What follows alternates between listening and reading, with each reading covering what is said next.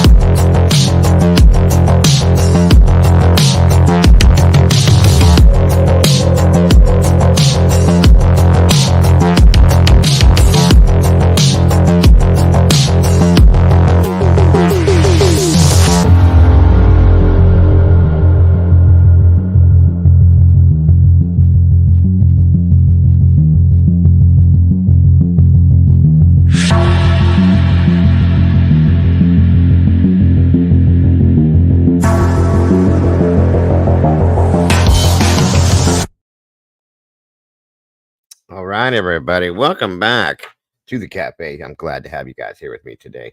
I hope you're all having an amazing day on this September 4th. It's moving right along, guys. Feels like yesterday it was August and still super summery, but it's not. It's cooling down and I love it. It's time for fall. Let's get out that pumpkin spice and that apple cinnamon stuff going and get the pumpkins going and all that fun stuff and watch them leaves turn colors. I love it. My favorite time of year, and I can't wait for it to get into full effect, guys. Grateful to have you all here with me today. Again, like I said, I'll be joined here shortly by a wonderful new creator, a community member here. I call her Ms. Nina. She goes by the name Warning Label Nina, and the title and her name says it all. She's putting out warnings and letting everybody know what is going on in Ohio, per se, where I'm sitting right in the middle of it.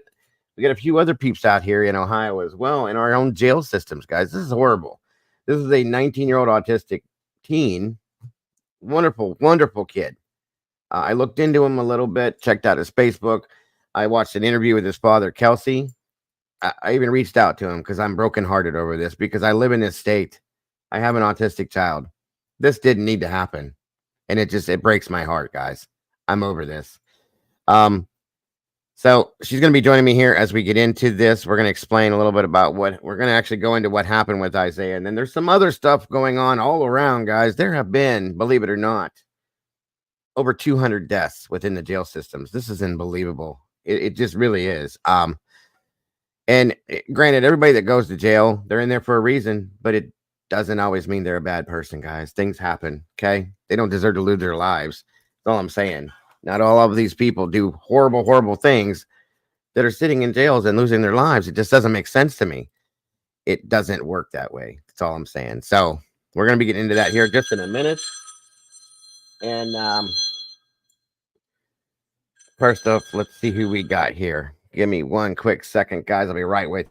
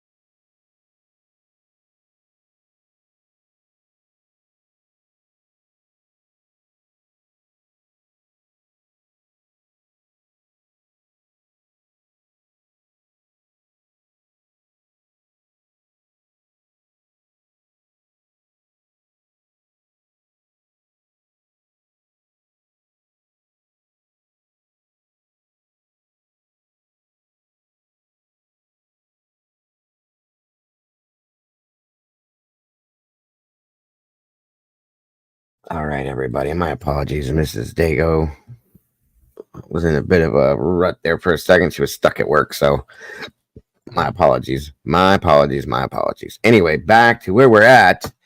Looks like today the amazing Arctic Fox True Crime is back in the house. Just put out another great video. Please go check him out, you guys, if you can. If you have not yet subscribed and you haven't watched anything from Arctic, please do. This man's an amazing advocate for the missing and puts it out every day, puts the work in every day. And you can't go wrong, guys. Go check him out if you will. If we could drop that link in chat, folks, I would really appreciate that. Again, guys, 32 peeps in here, and amazing peeps you are, guys. Please make sure to hit that like button when you come through that door. That is what it's all about, getting it up in that algorithm so the whole world can see what we're talking about, especially in a case like this. This is nuts, folks. Everybody needs to see what is going on out there here in Ohio. And I'm sure this goes on everywhere, folks. I'll be honest with you. I'm sure it goes on everywhere, but we're focused on one state and one state alone today. This is a very sad case, and it really, like I said, it really breaks my heart.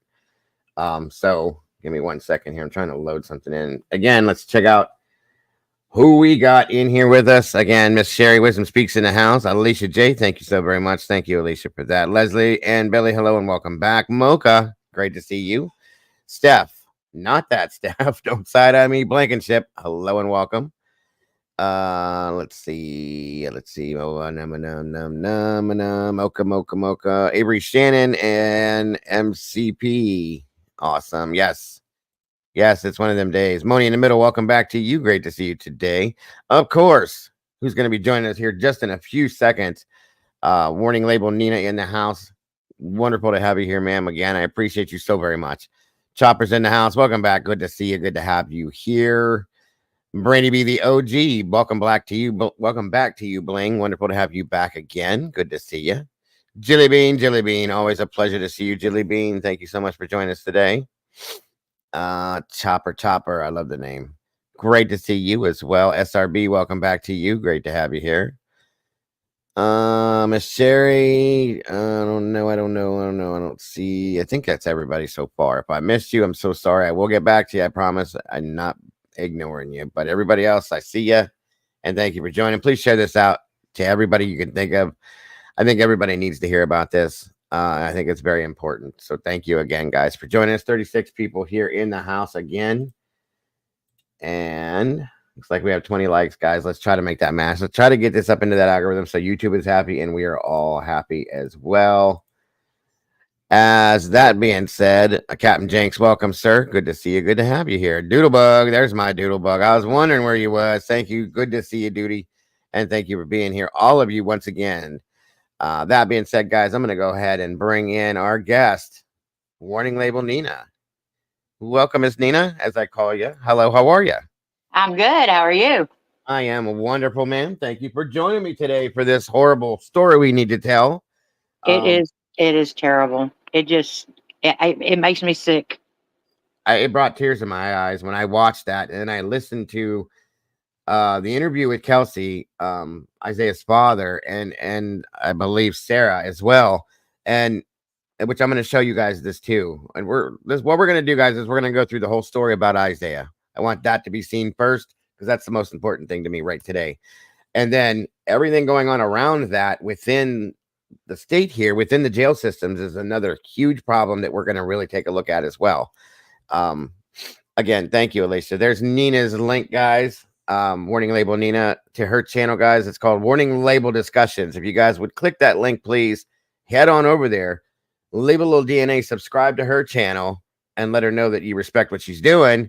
Show a little bit of love and like up her stuff that she's put out there, because it's really amazing stuff, guys. She's great. I listened to her first live. Everything's great. I couldn't be there, but she did a great job, and I'm very, very, very impressed, ma'am. Just so you know, you're doing great stuff out there, and I appreciate you so very much. So, there it is, guys. Yes, ma'am. Yes, ma'am. Warning label actually came because when I'm live, you never know what's going to come out of my mouth, and somebody said you need to come with a warning label. but then when I started putting my stuff out, I realized that some of the stories that I'm doing need to come with a warning label. Yeah, that's why I said it. I said she's putting the warning labels out there, warning everybody about what's going on out here. So that's why I liked it. You know what I mean? And I don't know which video you chose to play of Isaiah, but I'm telling you, I mean, you prepare people because it's one of the Yeah. saddest. I'm gonna be throwing a trigger warning up because it brought tears to my eyes because Yeah, I have an 18-year-old autistic child. He's not he doesn't react like Isaiah did to things. right. You guys know who Caden is. But in my mind, this is the same reaction I had to knowing when Sebastian Rogers went missing. I can't imagine my child going through what Isaiah went through. It broke my heart in half. I'm not kidding, in half. Oh, It was just it's so sad to watch it. I can't get past it. that's the reason that my little short video with Isaiah is only like 2 minutes because It's I hard. couldn't play the whole thing. I'm gonna show you guys the part of Isaiah, what happened to him, a little bit of it with the trigger warning. And I'm gonna warn you all, you don't need to stay in here if you don't, but you do need to see this so you can understand what this child went through. And I say child, he was 19, but he's a child to me and to a lot of us, okay? Yep, He was someone's child. He had parents, folks. He was someone's child, he was someone's friend, he was someone's family member, and he lost his life because he needed to go to the hospital. That's all it yep, was. He yep. needed medical treatment at a hospital, and they wouldn't do that.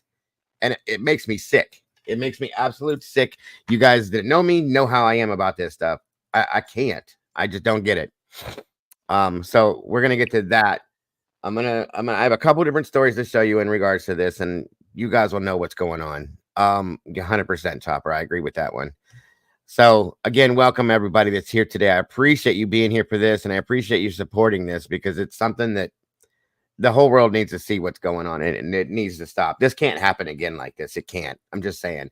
Not everybody that goes into the jail systems is a horrible criminal. Okay. They're just not. Sometimes they just need a little help, a little mental help, a little bit of medical help, whatever. And you can't even get that at this point. When you see this, you're going to be appalled. I just can't get past it. So let me pull this stuff up here and get this ready to roll for you guys. Again, I'm so grateful that you guys are here to see this, to support this, to know about this, to be able to put this word out as well and share this out on all your social media platforms if you don't know about it, because there's a lot of people that still don't. I live right here in the heart of Ohio, had no idea that this happened and no idea about the statistics of the people that have lost their lives while being in jail in Ohio. It's crazy to me that happens. We're supposed to be able to be comfortable knowing that they're being protected there when they go there, good or bad. Okay, doesn't happen that way, guys. It just doesn't. Well, what I'm doing on a daily basis is I'm going on X and I'm Hmm. picking out every politician that is involved in Ohio. And all I'm doing is putting a comment. I want to discuss the Ohio jails, 220 deaths. And then I put Isaiah Tramell and Alexander Rios, and I tell them, look them up. And We that's need all I put. And I do it every day. well, I'm sorry to say, but Mike DeWine needs to get his feet moving on this now. That is Well, you that. see, you see my thumbnails. Every one of them is called the governor. Yep. Our governor, and if you see this, governor, you need to do something now. It's enough. It's more than enough. That's all I'm saying. Mike DeWine, I'm saying your name. You need to hear this. You need to see this. You need to do something with this. Is all I can say to you. So onward and upward. All right, let's see. I'm gonna go. You know how I do things, guys. I bring some news breaks to you guys, let you see things like that, and then we go into it from there. So one moment. Hold on a second.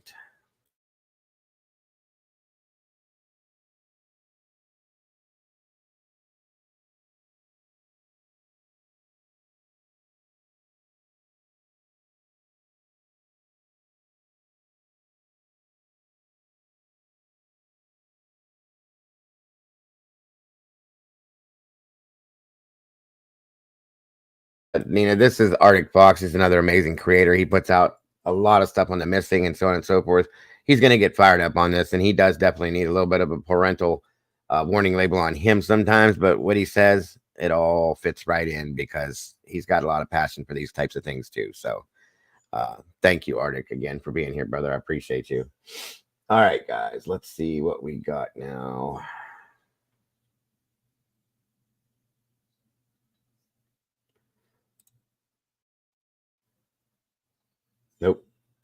1 second, folks. I'm sorry.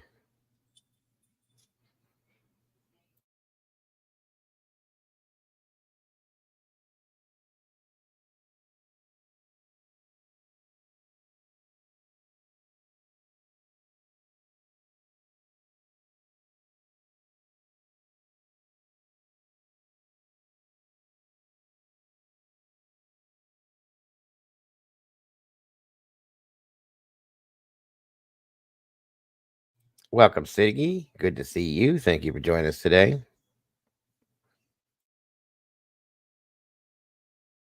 And let me know how the audio is on this, everybody. If there's any problems, please. To the Montgomery County Jail and Coroner after video of an local organization is calling for an investigation into the Montgomery County Jail and Coroner after video of a 19-year-old inmate with autism surfaced over the weekend. The video shows Isaiah Tramell after his arrest last year. He spent 10 hours in custody before being sent to the hospital, and 3 days later, he died. News reporter Kajasia Hawkins joins us live in the studio, digging deeper into the incident. What do we know about this, Kajasia?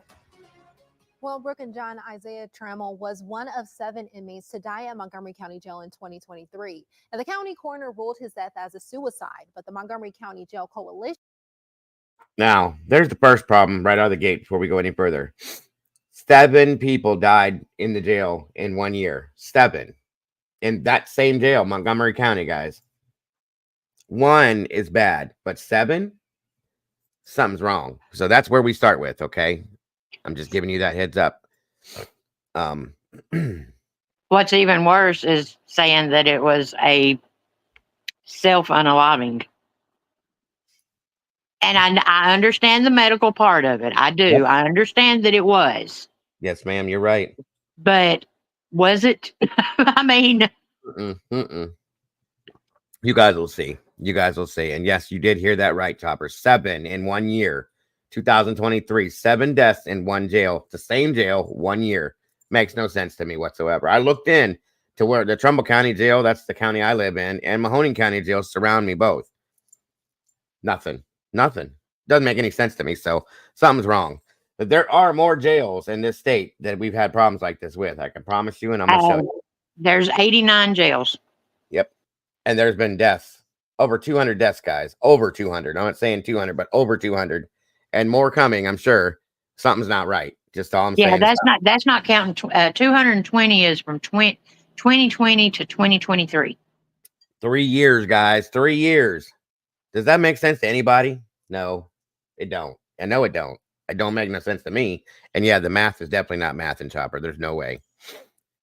Onward we go. And I'm sorry about the volume, guys. I have that turned up there. They must have had low quality when they filmed it or something. So yeah, Bling. Holy crap is right. And this is in the wonderful state of Ohio that I live in. And I'd have never known this if it wasn't for Nina, guys. So God bless you for bringing this out, Nina. We do appreciate you very much. An advocacy group for inmates is disputing that claim, saying Tramell's death was not a suicide and it was preventable. It is my belief that Isaiah Tramell was tortured. Okay, this is the video, and I'm just doing this. Trigger warning. Content may include sensitive or violent content not suitable for all viewers. Feel free to step out if needed. I'm giving you guys all an option. If you don't think you can handle watching something like this, you're more than welcome to step out. Nobody's ever going to judge you for that. Some of us are a little more sensitive than others, but it is definitely something that it was hard for me to watch. I'll just put it that way. And I'm pretty tough when it comes to that stuff because of what I've done. So just a heads up, please. Also, real quick, let me throw this in here too, just to be, where's it at? Right there. I got one scrolling too, just in case, guys. And Miss Alicia threw one up for everybody else, just in case you don't see it. There it is. Just giving you that option, guys. It is really hard. It was hard for me. It brought tears to my eyes. I'll be honest with you. And it's probably going to again.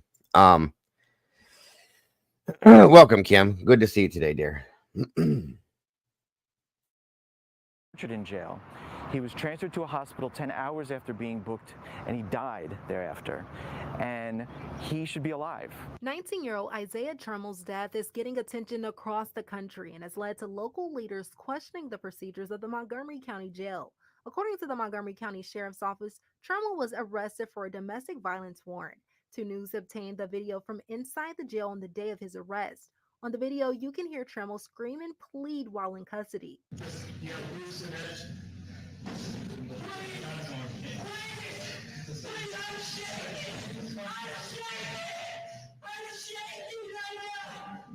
In another video, which we have chosen not to show, you see Tramell banging his head on the concrete walls in the jail cell.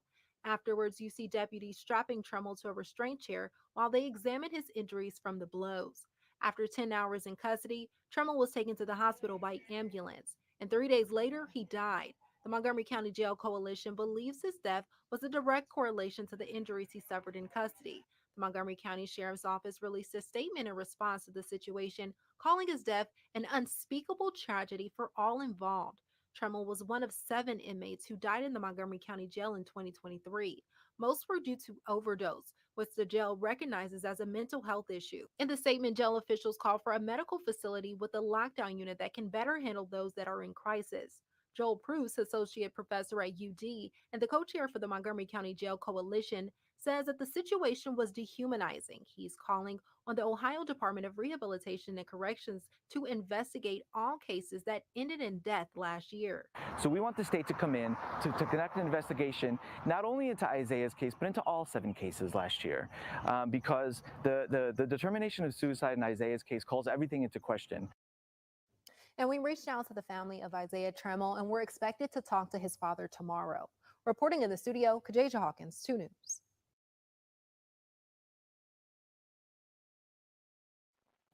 Wow.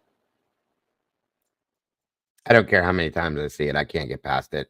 And the thing about it is that's the easiest part to watch. It was. I don't know if I even want to put the hard part out there, but I think I need to.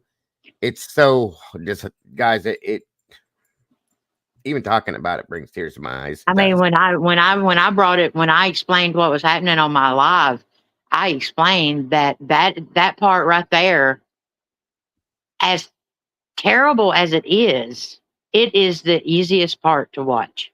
It really is. And what broke my heart is, I don't know if y'all could hear what he was screaming, but at one point he's screaming for his mama. It was. And at one point he's screaming and telling them that if they will just give him his meds, it will stop. He is literally screaming for his meds. He knew what was wrong with him. He was scared. Yes.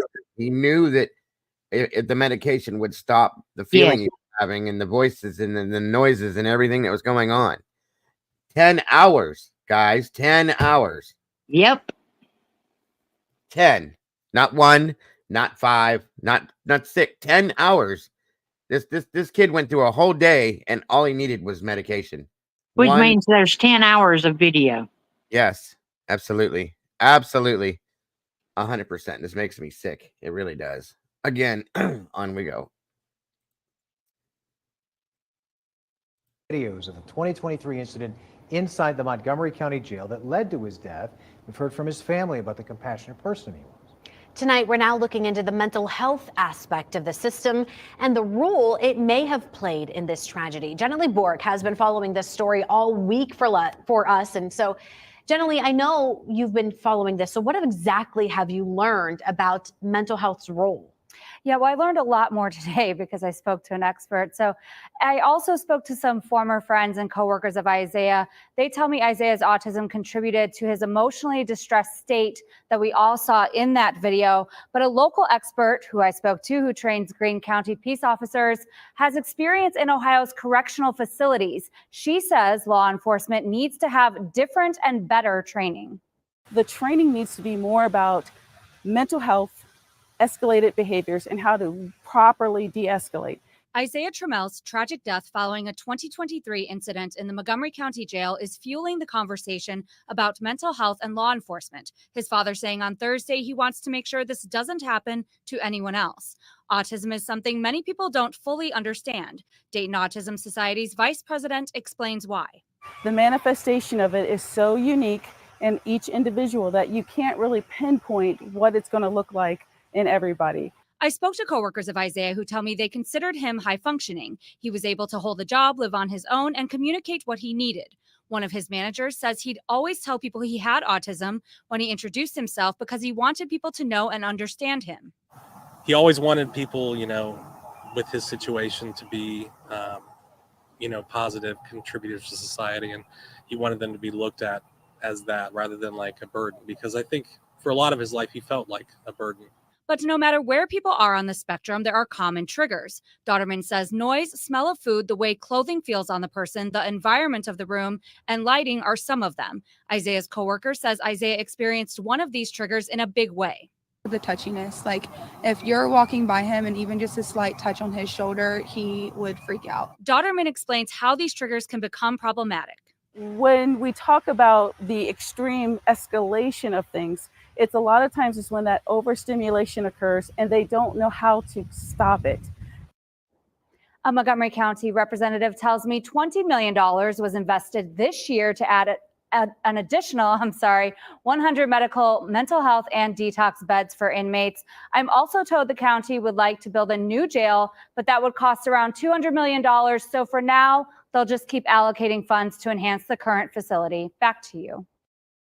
For the first time tonight, we are hearing from Isaiah Tramell's father and the family's attorney.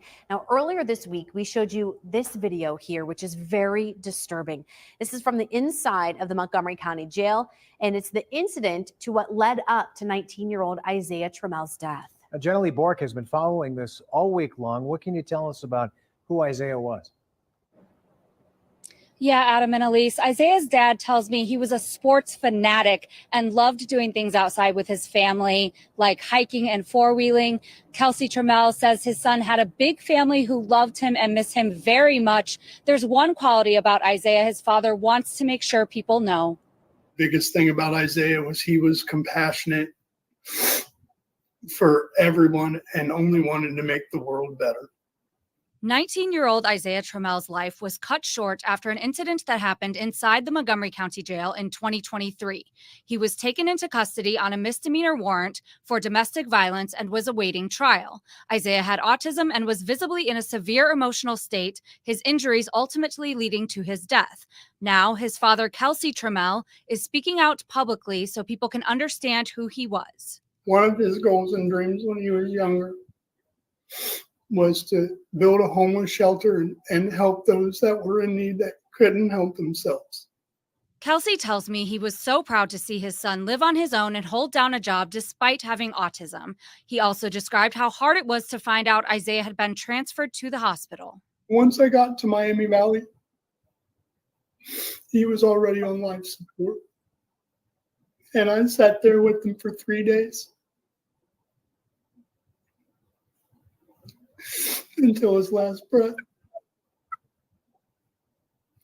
It's the worst feeling in the world. The Tramell family now has an attorney and they're looking into taking legal action. A partner at the law firm says the family is committed to making sure this doesn't happen to anyone else and shared her legal opinion about what happened to Isaiah.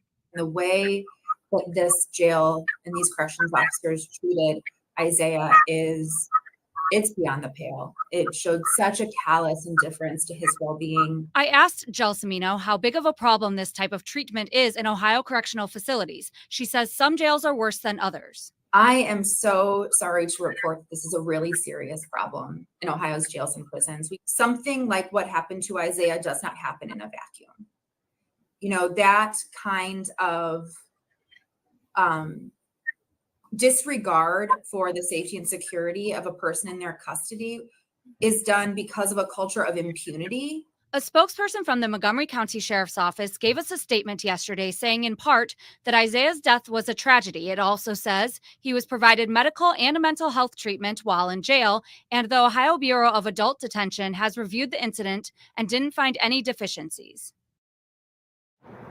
I received a statement today from a representative for Montgomery County saying the commissioners have allocated $20 million to the jail to add 100 additional beds for behavioral health treatment. We will continue to follow this story as it evolves and bring you any updates here on air and online at Dayton247now.com. Back to you in studio. A misdemeanor. Yeah, a misdemeanor. It's just this And is see, what happened was they called him out for a health check. And he had previously had he wasn't caught. The year before he had the DV charge and he didn't go to court. So they took him in for failure to appear. You know, an FTA. He died from an FTA. failure to appear, you guys. He didn't even need to be there for that, okay? I mean, they could have just booked him and let him go. Absolutely. Absolutely. There was no reason for any of this. And I'm sorry, guys. This is hard on me. I'm just letting you know. So I'm going to be up and down on the camera. This is rough. I'm telling you, because I can't process this. I can't process this. Every time I watch this, I get this way. I don't understand this. This man, I can't even imagine what he's going through. And nobody should have to. Nobody should have to. Welcome, Somebody in chat asked if there's a change.org. I haven't checked on that, but I do have 2 letters. I've got copies of both letters. One of them I think is signed by 4 senators, and one of them is signed, I think it's by 10 senators. And it's concerning all the deaths that are occurring across the United States. Good. And if there isn't one, we can start one. That's not hard. It's not hard to do. If they haven't started one yet, then we can start one. I'll figure out. I've never started one yet, but Arctic has, and I'll figure out with him, or I'll get with him to figure out what we have to do to start one if there hasn't been one started, because this needs to stop. This needs to stop. First and foremost, there should be better medical within the jail systems themselves, period, so that they don't have to transport out, or if there is an emergency situation, it can be dealt with right here and there. The mental health part of the jails that doesn't seem to exist needs to be there, period. Yeah, everybody go. Also, keep in mind that they're out of the 220, 119 of them were unalived within the first week. And how many of those, Nina, were considered quote unquote self-unalivings? Okay, now the thing about it is the natural, the drug, and the voluntary unaliving, they're pretty much all even, like at 33s and stuff like that, but the thing about it is I went through and I researched every one of them, and some of them that they're putting as just like Isaiah's technically, yes, it was a self-unaliving, technically, okay? But how many of those are not really? You know what I'm saying? Well, like the ones that are drugged, most of those are during detox. Yes. And then, yes, it was something, it was due to the injuries he gave to himself, but Yes. he wasn't trying to kill himself, folks, when he did it. He was trying to get the feeling. He was trying to get help. He was trying to get the feelings he felt to change, and he couldn't get that unless he had the medication. He screamed that and told them that time and time and time again, and they wouldn't do it. They wouldn't do it, knowing that he knows what he's doing. He knows himself. Okay, this is ridiculous. It's ridiculous. All they had to do is transport him to the damn hospital, get him his medication. We wouldn't be sitting here having this conversation today. Exactly. I can't process this. I don't get this stuff anymore. I don't. Okay, so they did a News Nation with Ashley. This has a little bit more info from I want you guys to hear from Chelsea, his father. This is the attorney, and there's a little bit more info through this, and then we're gonna go forward from there, guys. So again, thank you all for being here. Again, Nina, I really do appreciate you joining me for this today. Thank you so much again. Thank you both for being here. And Kelsey, I'm so incredibly sorry for the ordeal that your son went through and what your whole family is going through. It is so difficult to watch that video. I can't imagine what it's like for you. It's been almost a year. Have you had any response from the authorities, any explanation, any apologies? As of right now, we haven't received anything from the authorities. We've just been kind of waiting by. Nothing. I mean, it defies just humanity. No one has reached out to you, not even any liaison officers, anybody regarding this terrible tragedy. As of right now, no, we haven't received anything from anyone in regards to Isaiah. But I will say that we miss him quite a bit. He was a fantastic human being and a great person to be Welcome, around. Stephen. And like I said, we truly, truly miss him. As I understand it, and please, Kelsey, correct me if I'm wrong, with Isaiah's severe autism, the voices and the pain in his head that he would describe could only end with medication or by banging his head against the wall. Is that your experience living with Isaiah?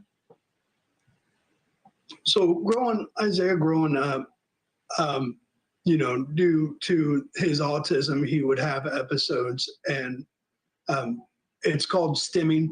And what it does is it allows them to self-soothe and kind of self-calm themselves.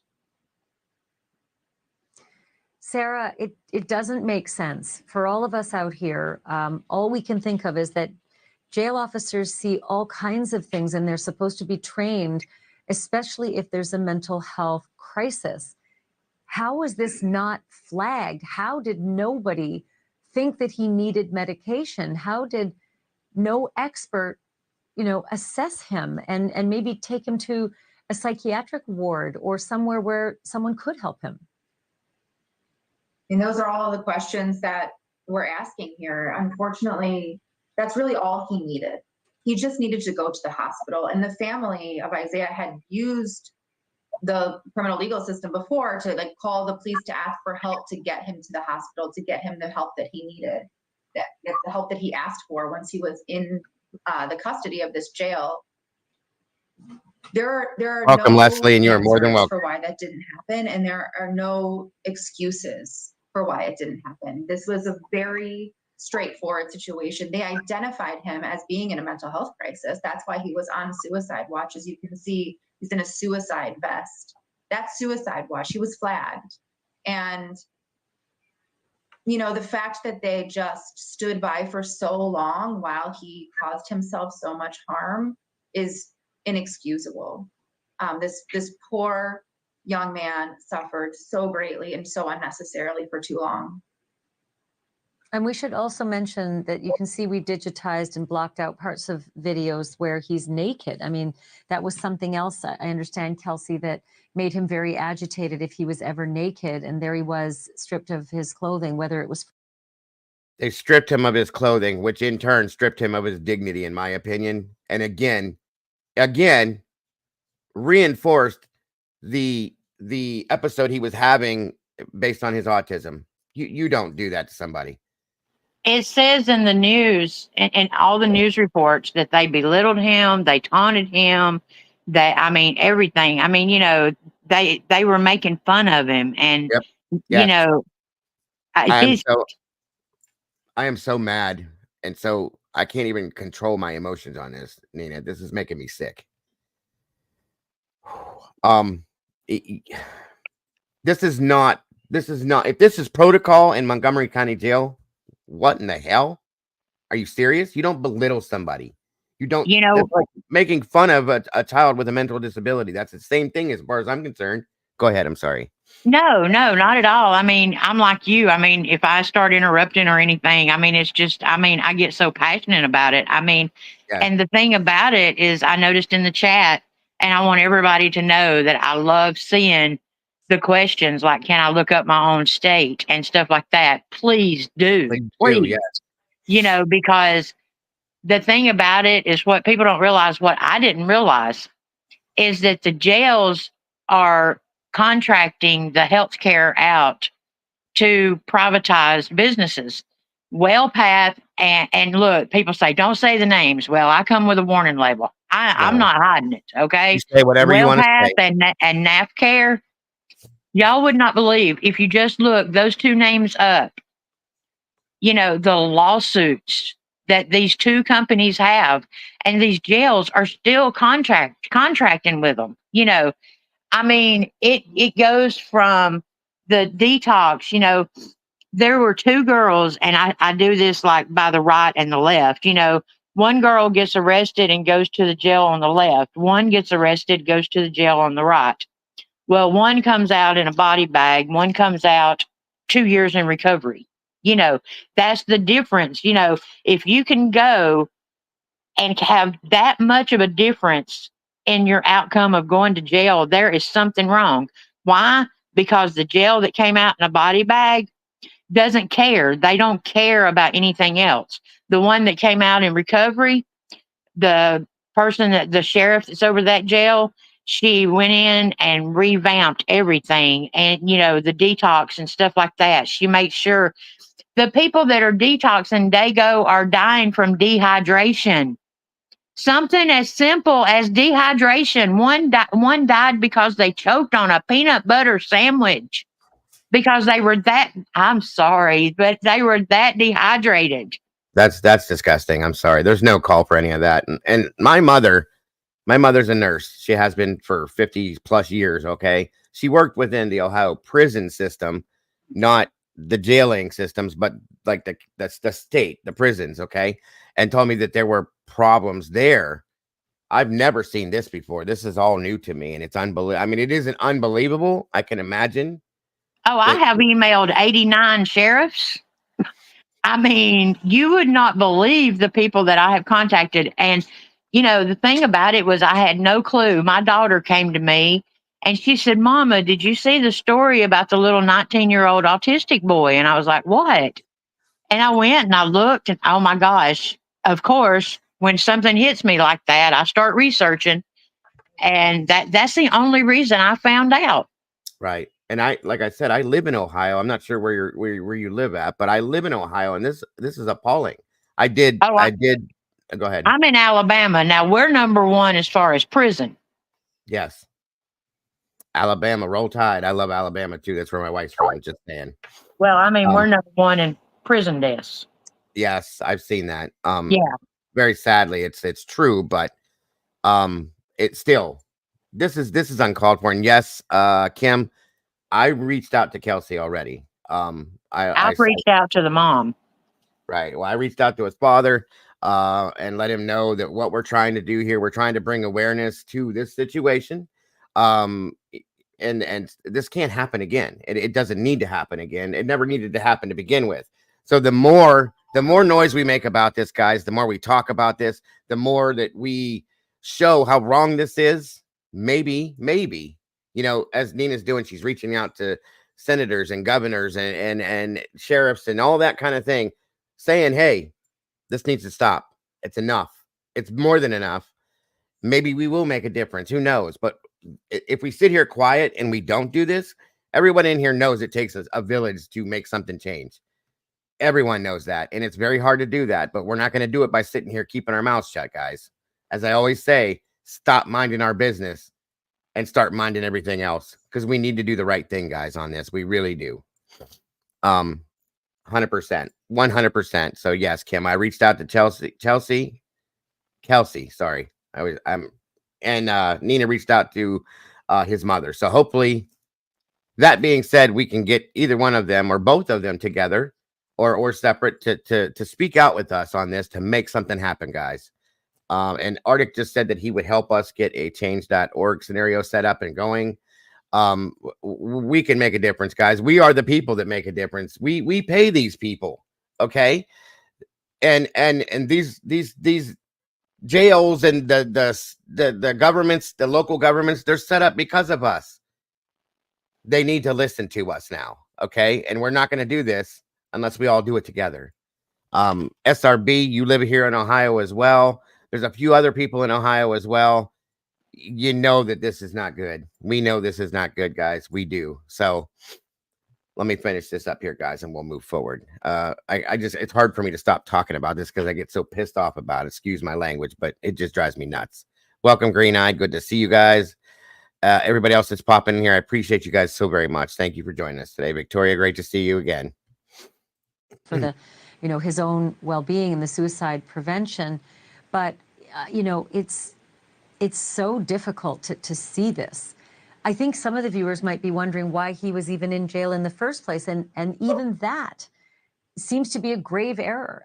There was a warrant because of a call that was made. His sister had called saying that they were worried about him and needed a welfare check. How on earth would that have ended in a warrant?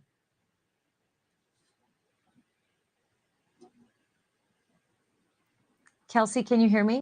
That wasn't the answer. That was not the answer for what this young man needed. That was not the answer. And you see where it got him. I'm sorry. Can you say that again? I apologize. I didn't hear you. Yeah, no, it seems like it just seemed even the warrant that brought him into the jail in the first place seemed so out of place. His sister had called worried about his safety and had asked for a welfare check, and that somehow ended up as a warrant. Yeah, that's strange to us as well. It wasn't the first time that we've called Montgomery County sheriffs in the past. Usually when he would have his episodes and go through what he did, we would always call the sheriff's department to have them come out to make sure that. I was just gonna say that, Nina. I can't imagine what his poor sister feels like now after making that call, and she's probably blaming herself. And it's not her fault. All she was trying to do was get help for her brother. This didn't need to happen. This could have been handled in so many different ways. The jail doesn't make any sense to me. None. He should have been taken and pink slipped and put into a hospital, maybe put on the psychiatric unit for evaluation, medicated the way he's supposed to be, and he would have been perfectly fine. And again, we would not be sitting here having this conversation. Instead, he's taken to the Montgomery County Jail, and this is what happens, and it's absolute bullshit. I'm sorry. These officers need to be held accountable as well. The COs, 100%. I'm sorry, but they do. And I don't want to hear we didn't have enough help here. We didn't have enough workers here. Bullshit. We saw how many people were sitting in that room with him. Okay, and what they were taunting him? No. No. Right. That's what I mean by pink slip. The Baker Act, that absolutely could have worked, but no, they had to do this. And now he's no longer with us. I just can't. That he was okay, that he wouldn't cause any kind of harm to himself or anything like that. Sarah, I only have 5 seconds left, but I have to. So I'm so sorry. I have to ask, is the family considering legal action against Montgomery County?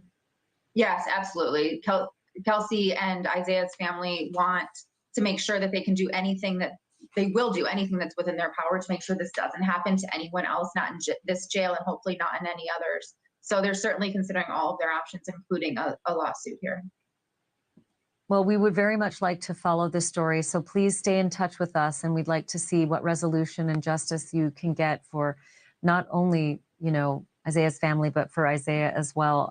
Kelsey Tramell and Sarah Gelsomino, thank you both so much. Really appreciate this. Thank you. Thank you for watching. Go to newsnationnow.com to find News Nation on your television provider, and don't forget. Lawsuit's not going to bring Isaiah back. It may give them, yes, SRB, Montgomery County. I think it's based out of near Dayton. I'm in Ohio, but I'm trying to remember exactly where the counties are, but I'm pretty sure it's based at, I think that's Dayton. That's kind of the area. Cincinnati. Okay. Yeah. Okay. Dayton. She said, I know she lives actually close to that area somewhere, Nina. So I think, yeah, Cincinnati, Dayton, so on and so forth. Yeah. Okay. Yeah. Oh my God. It's so angry. It's Dayton. Okay. Gotcha. And the thing about it is I was a behavioral specialist at a group home for mentally challenged adults. And I'll never forget the first week I was there, I had a client, he started beating his head on the floor. Mm-hmm. And now keep in mind, I was a behavioral specialist after I had my experience. You know, I didn't start out as a behavior specialist, but it was like I'd been there maybe a month and I'm like, what the heck is this guy doing? You know, and they kept saying he's hearing voices, he's hearing voices. And so I just got him up and started talking to him. And I don't know why the word gingle bobs came to me for some reason. And I started telling him, okay, you just talk back to those gingle bobs, you know, and stuff like that. But he was actually trying to get rid of the voices in his head. And the only way he knew to do that was to beat his head on the floor, you know. And so when I saw that of Isaiah, it brought all that back to me about that, you know. And it, you know, and like I said, I don't know why gingle bobs came into my head, but, and from then on, he would come to me and he would say, Kelly, the gingle bobs, the gingle bobs. But he got to where he knew that they were coming and that he was needing to calm them down, you know. And it just broke my heart because he wasn't trying to hurt himself.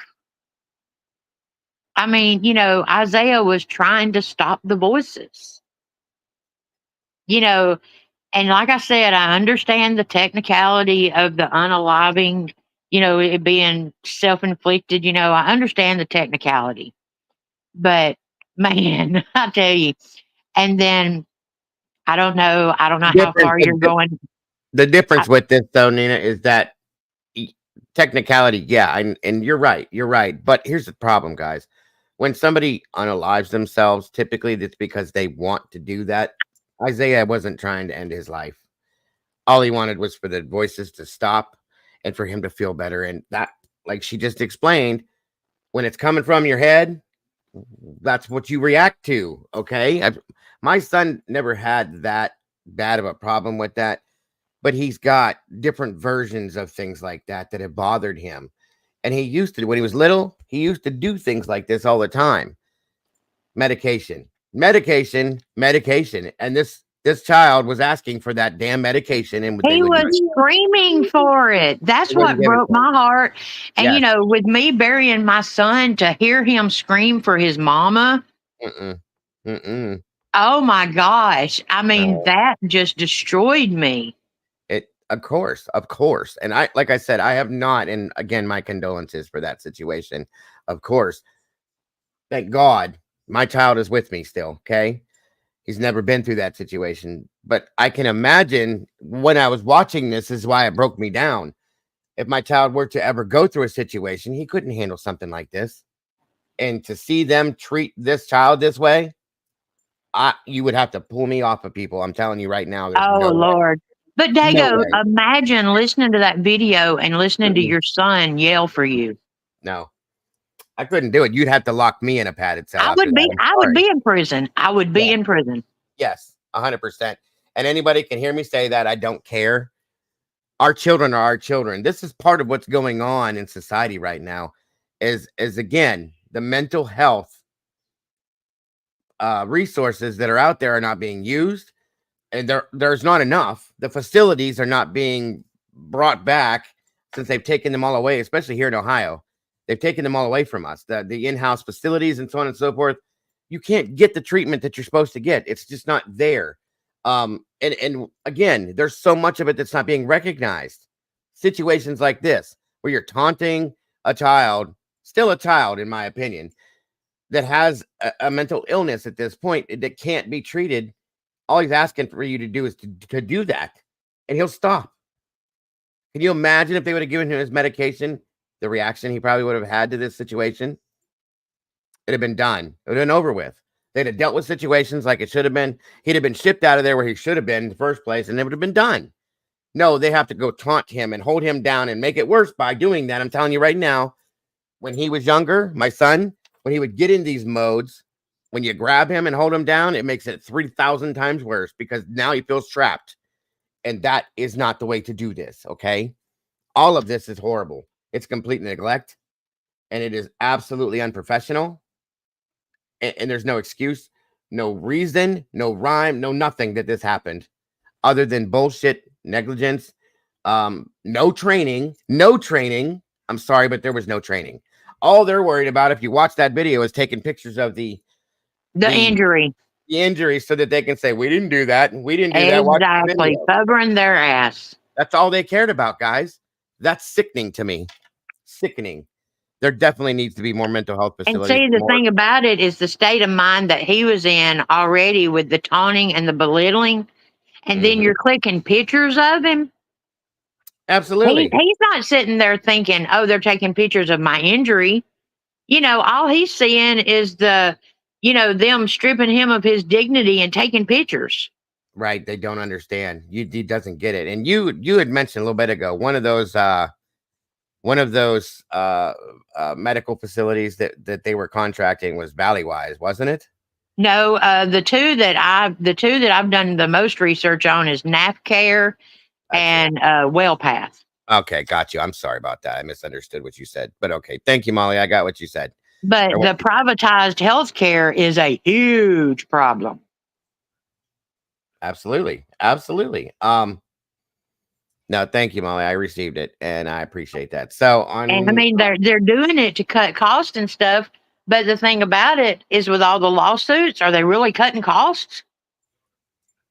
It doesn't make any sense. It doesn't. I got another clip here about something else that happened in a hearing that they had in regards to this. I wanted to show you guys this too. And then we have some other stuff we can look at here and talk about, actually.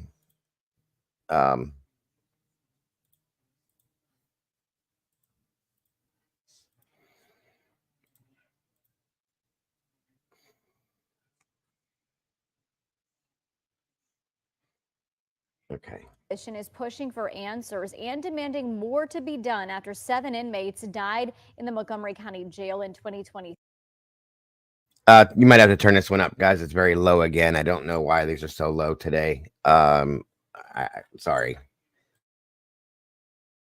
A petition with more than 300 signatures was submitted to the state urging for an independent investigation. Today, that coalition took their request straight to county commissioners. News reporter Sartaj Singh joins us live from outside the Montgomery County Jail. Sartaj, what does this coalition want from the county commissioners? Brooke and John, a lot of people attended this meeting, including loved ones of the 7 people that died in the jail, and their message was clear to the commissioners. They want action done to save lives in the future. We're talking about 7 human beings who are dead. Montgomery County Jail Coalition members, as well as residents, demanding answers. How can you tell somebody that their family died horribly from inadequate care and a poor attempt to save his life? Police kill people because they're afraid. Thank These you. people can't do anything. They are urging the Montgomery County commissioners to take action after 7 deaths were reported in the county jail in 2023. This isn't about pointing fingers and finding blame. This is about stopping people from dying in our jail. And there, you all have the capability to say, you know what, we need to get creative and figure this out. These people shouldn't have been in jail in the first place. The Montgomery County Jail Coalition has submitted a petition with more than 300 signatures to the state, calling for an investigation into the deaths. And seeing Isaiah like that was one of the saddest things I had seen. Caitlin Miner is a friend of Isaiah Tramell, one of the 7 that died in the county jail in 2023. Video was released of him in custody, where the 19-year-old was seen banging his head on the walls of his cell and was later restrained to a chair. Caitlin saw the video and says it's disturbing and hopes that more is done to prevent deaths like his. To know that Isaiah went through that was hurtful.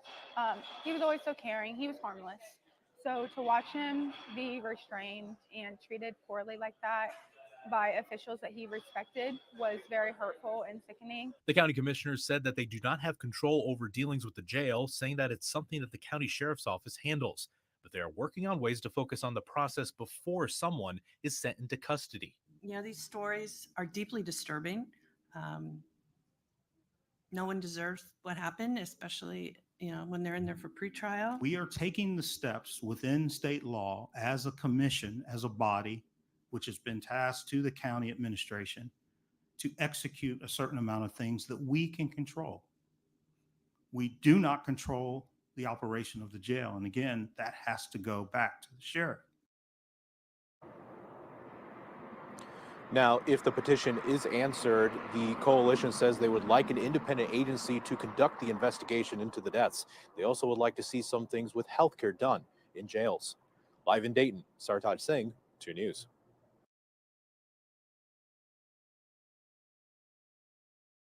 Okay, so here we have the public is speaking out, obviously, too, and you see once again, and they may be right at this point. I don't care if they're right or not. We can't handle this. It's the sheriff. It's that. It's this. Somebody's always passing the buck. Always passing the buck. And in the meantime, guess what's not happening? Changes aren't being made. They just keep passing the buck. Okay, whoever's responsible for this, it needs to be. They need to take accountability, and they need to do it now before this happens again. 7 people in 1 year, folks. You explain to me how that's even remotely acceptable, because it's not. Did you read the comment down below about the 9 in 2023?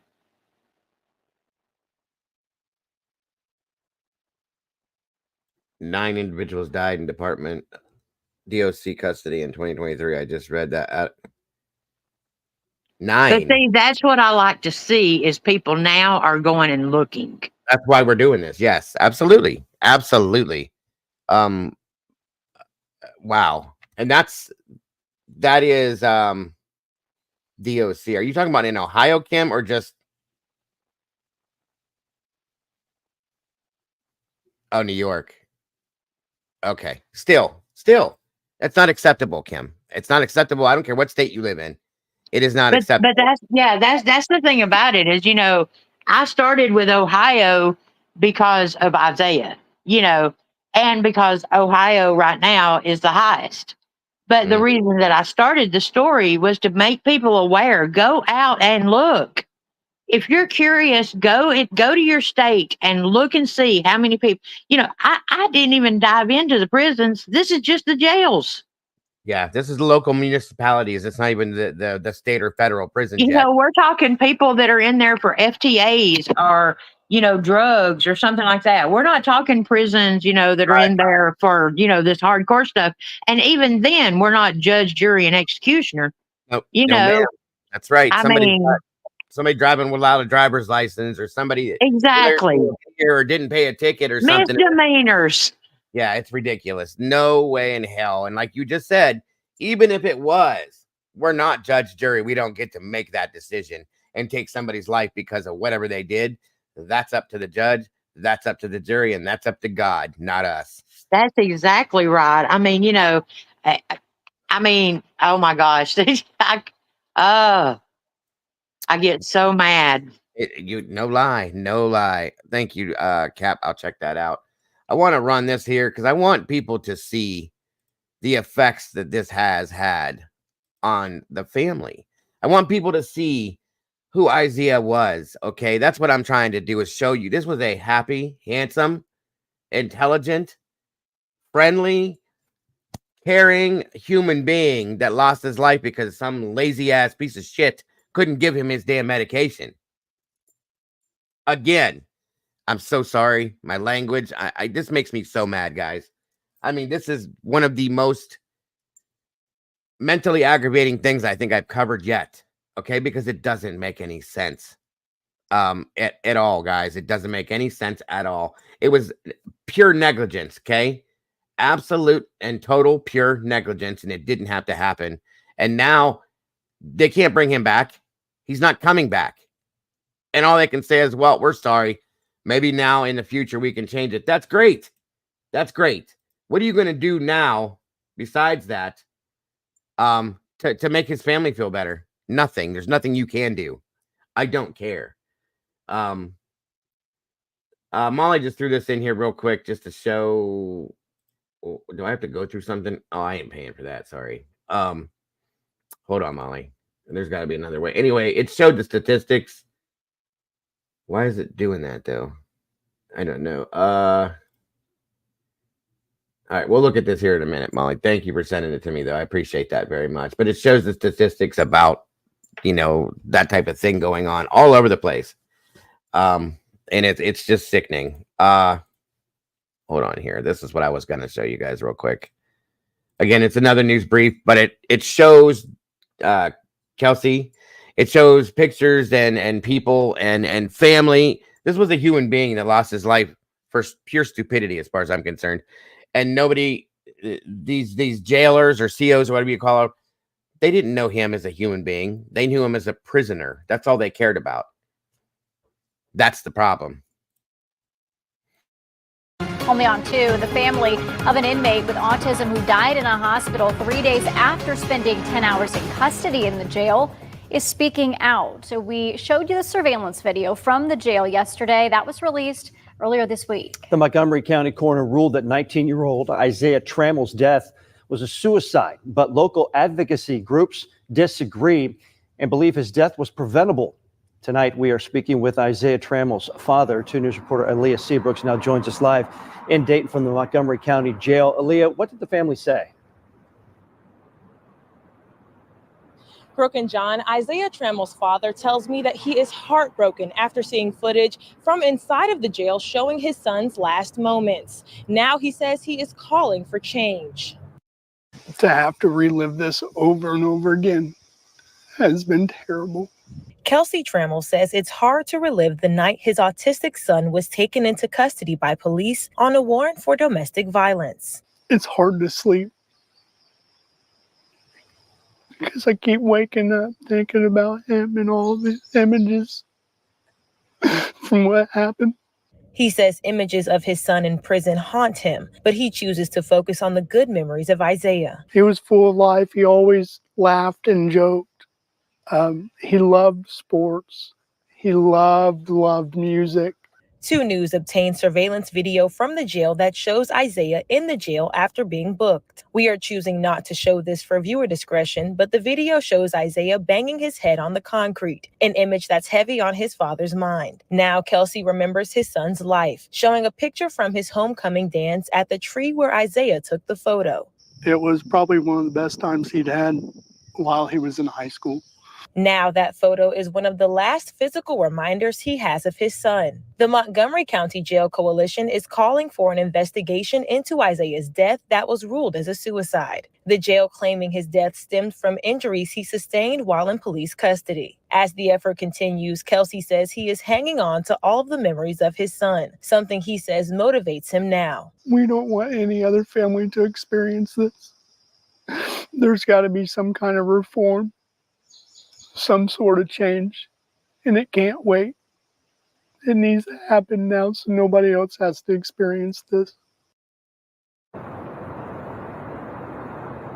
In a statement released yesterday, the Montgomery County Jail said that Tramell's death was a tragedy for all involved, and they continue to push for a mental health facility inside of the jail to better help serve the inmates. Live in Dayton, Aaliyah Seabrooks, 2 News. That should have been something that was, there should have been something that was in place. I'm not going to show any more of those. I wanted you to see multiple. There's so many of them. A lot of them are the same, but he was a human being, folks. He was just starting his life. He was a happy person. He was a caring person. He had a huge heart, folks, just like my son does, just like most of these kids do.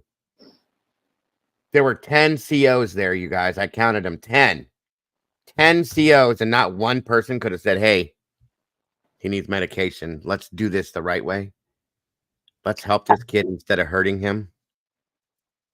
There's no excuse. I'm sorry. I don't know.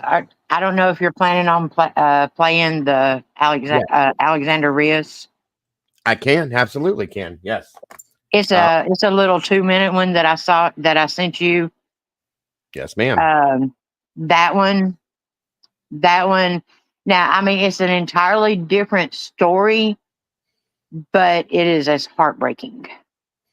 Yeah, they're it's just as hard. They're all the same. I'm trying to find it here. Did you send it in Discord, Nina, or did you send it in the I sent it in Discord to your DM.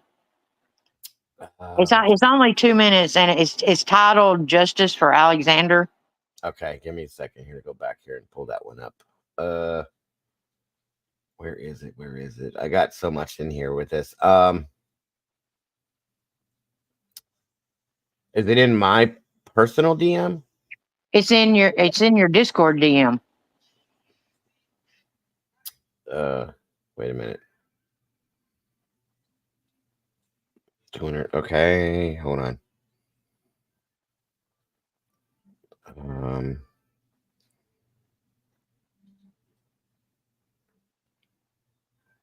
I don't see it in there. I see here. I'll tell you. I have the Join Me Saturday Night with Silky. I have. Okay. Oh, there it is. I found it. There it is. I found it. Sorry about that. I rolled Now, have over. you seen this one, Dago? I didn't get to watch this one. No. Oh, put your hands on your head, sit on your hands and get the duct tape out. Okay. Okay, guys. One more trigger warning because I just saw the clip of the beginning, so I'm just going to warn you ahead of Yeah, buddy. time. This is insane, you guys. And like I said, these are only 2-minute clips because that's all I can do. I get it. No, I absolutely get it. It's sad that we even have to do this, but it's truth, folks. It's truth. Trigger warning. Content may include sensitive or violent content not suitable for all viewers. Feel free to step out if needed. I know that's a bit much and it's big, but I want everybody to see it so that it's not mistaken. That's all. Okay.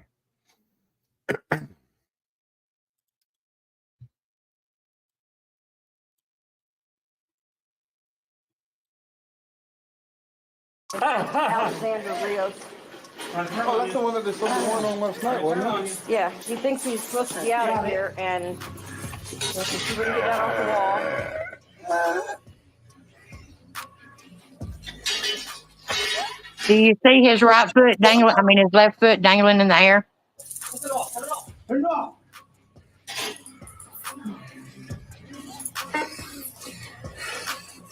I would like to help. They're tasing him too. Let go of the cup. I'll fucking. Let go of the cup.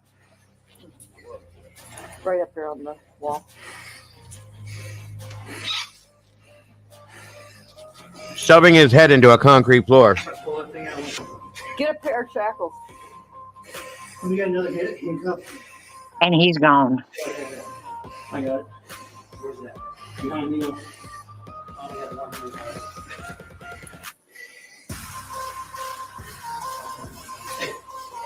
You want a pair of shackles? Okay. Well, I can't beside me. Buck, grab some. Oh, he's got them. We got shackles. Ready? All right. Trigger warning. Give me the other hand. Ready for me, guys. You got it. Shackling down there. Let's go.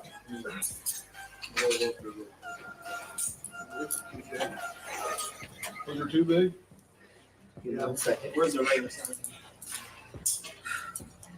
Is this gonna be too big? Go slide his foot out there? That's right. That might be able to cinch up around his ankles. Yeah. Do his ankles now, so keep going. Notice, everybody, he stopped moving. Hey, Gardner. Yeah. Let's come on the other side of Long. Yeah. When we come up, we're going straight up into the chair. All right. Cooper, I'm behind you. And Long, I'm behind you guys. You know? I got you. To me, this is the trigger I warning. got the chair so it doesn't move. Okay. You two ready? He's turning. Straight up. Hear me? Get up. He's turning blue. He's turning blue. What's that mean, guys? To No, me, we just watched a snuff film. basically, yes, ma'am. That's exactly what that looks like. I So mean, yeah, I mean, he's gone. I mean, when his parents get to the hospital, he is on life support. Yep. And like I said, notice that he stopped moving. She says he's turning blue. Yeah. What's left? What's left? Welcome, criminal mean- confidential. Okay, so here's the story about him, okay? Is yes, he was in there for drugs, okay? And he was misbehaving, and they went to open his cell door, and when they did, he took off running. Mm-hmm. So they tackled him. I think there was 6 of them that tackled him. Mhm. And as you said, you can hear the taser, Oh but yeah. the left foot dangling. Okay, the guy that's doing this weighs 250 pounds. Mhm. He's got his right foot on his left shoulder blade, and he takes his left foot off the floor, and it dangles there, putting all that weight You know what on his. that reminds me of the George Floyd incident. Exactly. Yes, ma'am. So what happens is they write it up as excited delirium, Mm. and they said that he was messed out, and they wrote it up as excited delirium, which gave the corrections officers the right to use that kind of force. Here's the butt kicker. The assistant coroner medical examiner goes on, when it goes to trial, she admits that they forced her to put that on there, that it was a forged death certificate. Wow.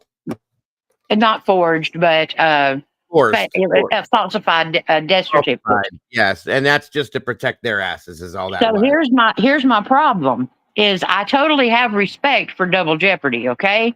Mm-hmm. But double jeopardy based on a falsified death certificate? I mean, to me, that should void. I mean, to me, that's just something needs to happen, because he wouldn't have been found innocent if they had not falsified the cause of death. Absolutely. Absolutely. Unbelievable. That's just it. How does this stuff keep happening, everyone? How does it continue to happen? And so now the corrections officers found not guilty, and here's the butt kicker. When in Ohio, if a corrections officer is found not guilty, all records get destroyed. There's You mean, no you mean record. as in anything that has been done wrong? No records. Gone. Destroyed. That is bullshit. Sorry. That is bullshit. That there should be. Once they are found not guilty, they are destroyed. Unbelievable. Oh, well, now, civilly, I think a couple of months ago, the family got a $4 million settlement. Well, guess what? That don't So bring their son was worth $4 million. that don't bring him back. That's not going to do him anything. Exactly. That won't do anything for them except allow them to give him the best possible stone or burial or scenario or whatever they need to do. That's it. And it's not going to be enough to console them, folks. That doesn't bring him back, and it doesn't take that out of their mind what happened to their loved one. It just doesn't work. I'm sorry. Welcome, Tomboy. This is insanely disgusting to me. I'm sorry. Thank you, criminal. Okay, I can definitely do that. I want to go through this here. Miss Nina put this together as well. And I do appreciate all the stuff you put together on this. Very much so. So again, guys, 220 lives. Now, let me explain about my short videos. I do not know how to do StreamYard. Oh, okay. So this is how I put, like, I call them my receipts. You know what I'm saying? Is I do little short videos showing that I've done my research and stuff like that, because I don't know how to do StreamYard where I can, like, show stuff that I've found. Gotcha. So that's what all these little shorts are. No worries. And if you do need ever, any help with StreamYard, please let me know. I'd be glad to help you in any way I can for future stuff. So 100%. But this looks good to me. So once we watch this, Molly sent me something that we need to take a look at too that goes right along with this. It's not Ohio. It's still a problem. So we're going to look at that as well. Again, Nina, thank you for this, dear. I appreciate this. And so does everybody else, I'm sure. No, so it's not even their money. Right. Exactly. Join me as I dive into the shocking footage of deaths caught on camera in Ohio jails and try to uncover the truth behind these investigations. Today, I want to talk about a topic that's both disturbing and eye-opening: the alarming number of deaths caught on camera in Ohio jails. It's an issue that has sparked outrage and concern among families, communities, and even lawmakers. The central issue at hand is the gross inadequacy of mental health care and the chronic overcrowding in these jails, leading to tragic outcomes. You see, many of these inmates are not convicted criminals, but rather people awaiting trial, struggling with addiction, or living with mental health conditions. They're not receiving the help they need, and as a result, they're ending up in dangerous situations that can quickly turn deadly. When you have people with severe mental health issues crammed into small, understaffed facilities, it's a recipe for disaster. Not to mention the sheer lack of resources, inadequate training, and the culture of indifference that pervades many of these institutions. It's no wonder we're seeing these heartbreaking cases unfold. The consequences are devastating, and the numbers are staggering. In just the last few years, we've seen a significant spike in deaths in Ohio jails, many of which were entirely preventable. It's not just a matter of numbers, though. Each of these incidents represents a life lost, a family shattered, and a community left reeling. Let's take a closer look at some of the specific incidents caught on camera and explore the circumstances surrounding these deaths. Now, the screenshots at the end were some of the X screenshots where I go into all the officials.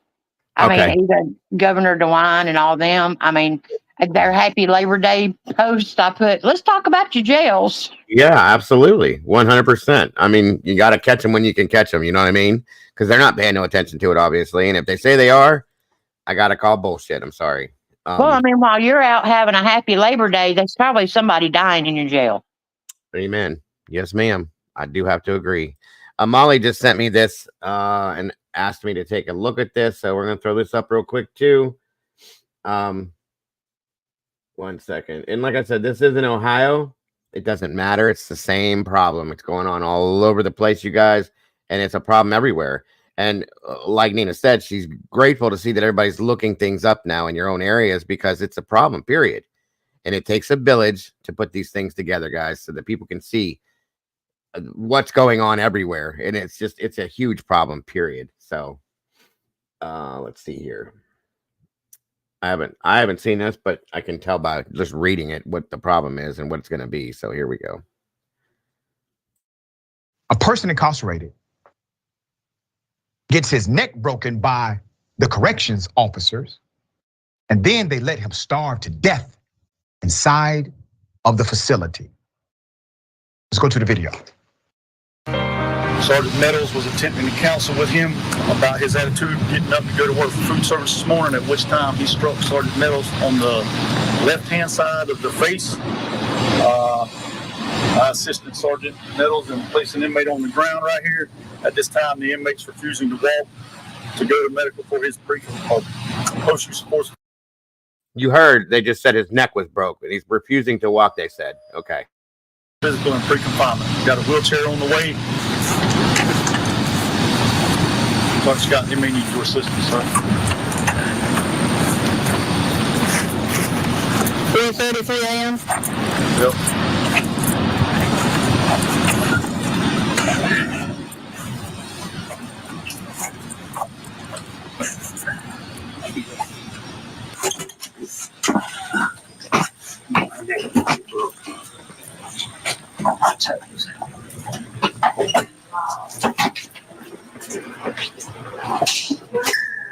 He's in the wheelchair. He's saying his feet is working. Lean forward a little bit. Lean forward.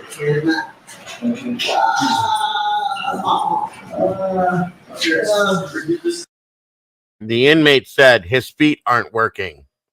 What does that tell you guys? He can't use his feet now. Okay. I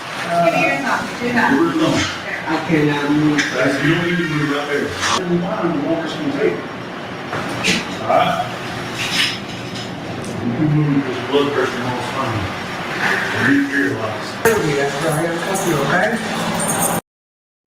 Blood pressure ain't got nothing to do with being paralyzed, you guys, just so you understand. Okay? You should lean forward.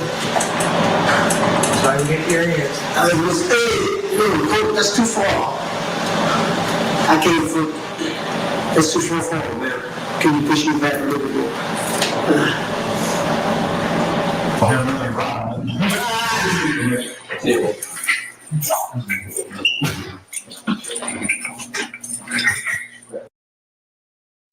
what they're doing right there is probably making this thousands of times worse than what this man already had. That's based on my medical experience. You can't do that. The first thing that we do in EMS when you get to an accident scene, if somebody's in a vehicle, I'm just going to give you an example real quick, as support the neck, okay? Because it contorts the whole body, guys. If the neck is broken, it can cause permanent damage forever. You see what they're doing to this man right now? Zero training. Zero. This is disgusting. He did not refuse to walk. Oh my God. Couldn't. His neck was broken. Oh my God. They didn't believe his neck was broken, according to them. I don't think they cared because they later decided to starve him to death. Put up his picture. A Florida inmate starved to death following having his neck broken by correctional police. His name was Craig Ridley. He laid on the floor of his cell pleading for help as officers dropped trays of food he could not reach. They knew he could not reach the food. They put it in front of him. No one goes out of his reach, blatantly disregarding the untouched food trays and the fact that Ridley would fall to the floor when he was placed on the toilet. Medical staff only called for his transport to a hospital 5 days after he was paralyzed. Efforts to stabilize him after he was starved and had his neck broken failed. He died because of his injuries. Now, this took place October 12th, 2017. The reason we now have more information is because of a federal lawsuit that was filed. What led up to this situation? The morning of September 8th, 2017, correctional officers got into a struggle with Mr. Ridley, tackling him to the ground face first. According to the video footage, he was brought a wheelchair after telling the officers he could not walk. He was taken to solitary confinement, not a medical facility, nor to medical itself. He was taken to confinement and officers propped him up on the cell's toilet. He fell over, breaking his nose at that point. He was already in extreme pain. Mr. Ridley's cause of death was determined to be a homicide caused by blunt impact to the head and neck. No criminal charges were ever filed against the officers or medical staff who treated Mr. Ridley. The Herald surfaced the shocking details of Mr. Ridley's family's years-long fight to uncover the circumstances around their loved one's death. The report also comes a year after Mr. Ridley's daughter filed a civil lawsuit, which created more interest in this case against Florida's Department of Corrections and correction officers and the medical staff involved. Let me talk about deaths in Florida prisons. According to the Miami Herald, 450 incarcerated individuals die in Florida every year. As expected, prison guards and correction. Now, granted, this is prison systems. It's still a problem. That number, we talked about 7 people dying in Montgomery County Jail in 1 year. 450 people in the prisons per year. Now, granted, and then add that to the jails. 100%. Thank you. And that's not just Ohio jails, folks. 50 states. All of those jails too. There's people dying. Now, granted, I'm sure some of this 450 is maybe natural causes in some senses. Most of it, I guarantee you, isn't though. Okay, understand that. Captain Jenks made a statement. Third world treatment. Yeah. If you've ever looked into prison and jail systems in other countries, it's horrific. This is the United States, folks. We have laws. We have a constitution. We have things that protect us as human beings and people. They're not being abided by. This is disgusting. It's absolutely uncalled for, and it's absolutely not okay. Okay, this is insane to me. I can't get over this. I can't. You know, Dago, at the end of one of my videos, I asked people to share it out, and I'm going to say this, and excuse my language, okay? You do what you got to do, hon. I don't give a damn about clicks and views, okay? I want it shared for the awareness. And I'll say it again. I don't care if 500 people make videos. I don't want the credit. I don't care. Take my content, take everything about it. Don't give me any credit for it. I'm not doing it for that. I'm doing it to try to get people to share it out and bring awareness. I'm not doing it for clicks, views, or anything like that. I don't give a damn about that. I feel the same, especially about this right here and now. Anybody that wants to use this, please take it. Please use it. I don't want no credit, no nothing, no anything. Period. It needs to be seen by the whole world now, right now, because we can't wait another day. It has to be known, okay? Because as we're sitting here talking about this, I guarantee you this is happening to somebody else somewhere else. I can guarantee it. Well, here's the thing about it too, is going back to the addiction problem. And I know that, but the thing about it is if we're losing somebody every 11 minutes to addiction, do you know how many addicts are in jail right now? Yes, ma'am. That are going through detox, do you know how many people are in jail right now that are going through mental health crisis? I agree. Now you take voluntary unaliving and addiction, just those two things right there that can impact everything that's happening in these jails. Yep. That's a whole lot of mama and daddies out there. That's a whole lot of families destroyed. There's a lot of children that are losing their parents to this too. Okay. That some of these people go in here for just a little short period of time and they never come back out. They leave orphan children out in the world too that have no parents any longer. The next segment, I'm bringing out a girl. They shaved her head on Mother's Day because she had lice. Wow. And her mama's picket sign says, "I had my head shaved on Mother's Day." That's disgusting. And she died. She died due to dehydration during detox. That happens a lot. 4 little children now do not have a mama. Exactly. That's what I'm saying. That happens so much, guys, especially inmates that go through detox because they do have drug problems. Guys, we have an epidemic. We have a drug epidemic. We all know that. They take them into these prisons. They know they're going through detox. They don't even do anything. You'll be all right. They let them lay on the floor and convulse and have seizures and everything else until they're done.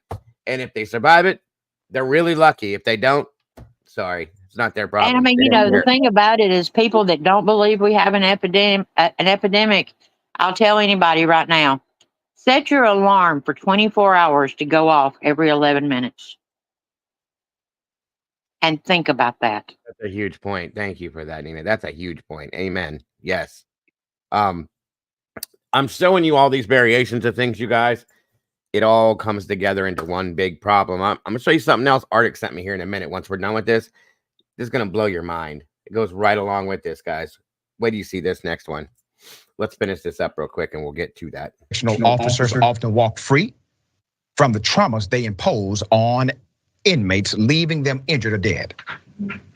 Ridley's daughter, Jatun Moss, hopes to change that with a federal lawsuit against the corrections officers, medical staff, and secretary of the Department of Corrections. And we stand with you.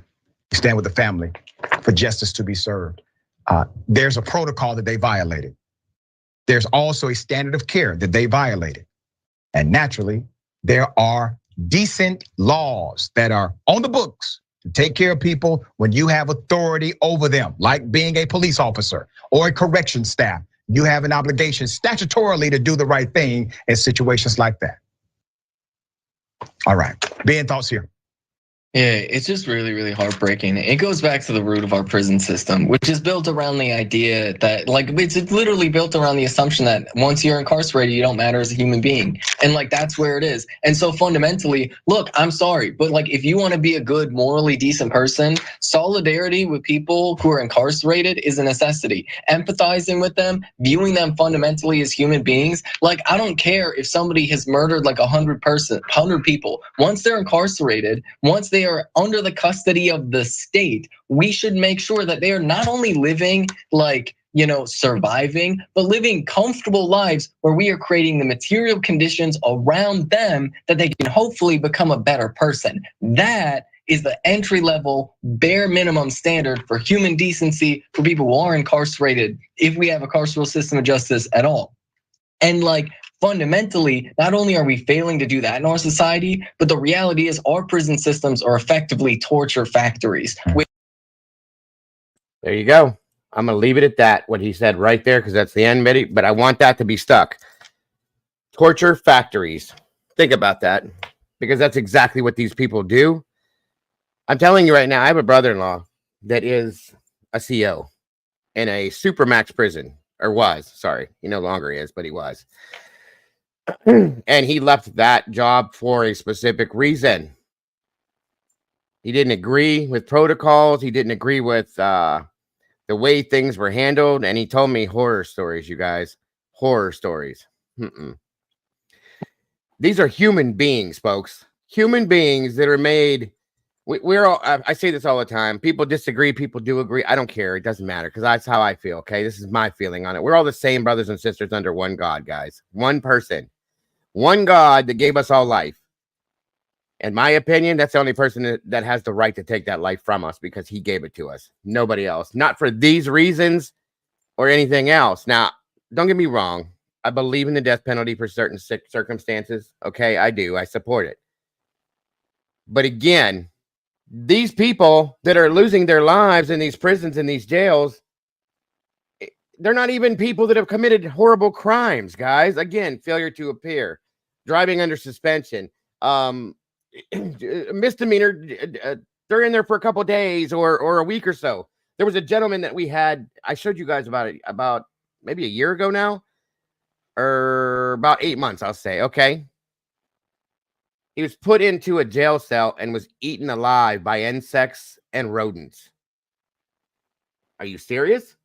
Are you serious? Because they would not pull him out. They wouldn't do it. And I showed you guys the video. It was insane, you guys. I've never seen anything like that in my life. It happened, and it does happen. That is disgusting. That is ignorant. And you're going to tell me because we don't have the money to support our inmates, but you got the money. As terrible as Chris was, as terrible of a crime as that was, as long as he is in our prison systems, he's a human being. Yes, ma'am. He needs to be treated like a human being. Do I want him to be comfortable and have the life of Riley? No. But do I want him to be safe? And, everybody deserves that. Yes, ma'am. Yes, ma'am. Again, it's a human life. It's human being. We may not agree. We may not agree with what he did. He's in there to be punished for what he did. That don't give anybody else the right to take his life unless that's what was ordered for that. And that's not the case. You don't get to do these things just because of what he did. You're not the judge. You're not the jury. You're not God. You don't get to make those decisions on what his life should be like. I'm sorry. You don't. So I do agree with you on that 1,000,001%. And it's a huge problem because a lot of these CEOs look at these prisoners as if they're trash. They're nobody. Just because they're in there. No. But you're a drug addict. You don't matter. You're a prostitute. You don't matter. It's a human being, for Christ's sakes. Are you serious? I don't understand how people's mentality works anymore. This right here, this is unbelievable, you guys. This is unbelievable. 100%. Am I going to cuss? I'm sorry? Am I going to cuss? Oh, you're absolutely allowed to say whatever you want in here. I don't care. I hadn't seen this, so. You're probably going to cuss, yes. I imagine, and I know Arctic sent me this, and I know he cussed. I cussed. You're going to cuss. I'll just say that. Wow. All right.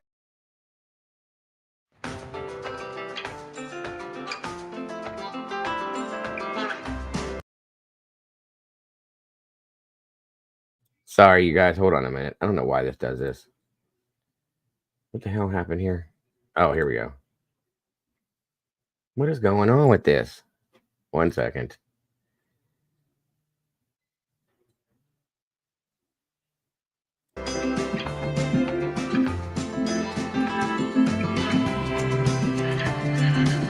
Commercial.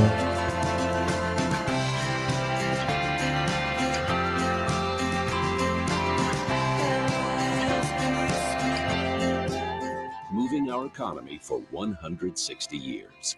BNSF, the engine that connects us.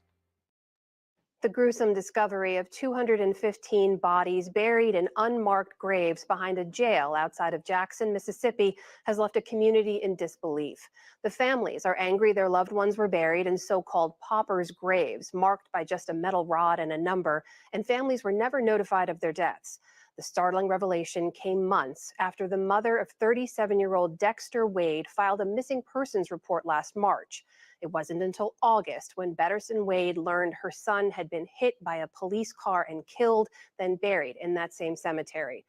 For more about this case and the disturbing details that have emerged since then, I am joined now by Betterson Wade and civil rights attorney Ben Crump, who is representing her and other families. Welcome to you both. Ms. Wade, can I just begin by saying how very sorry we are for your loss, and thank you for joining us. Thank you all too. I understand, Ms. Wade, you contacted the Jackson Police Department after reporting that your son was missing several times, even after he had been buried without your knowledge.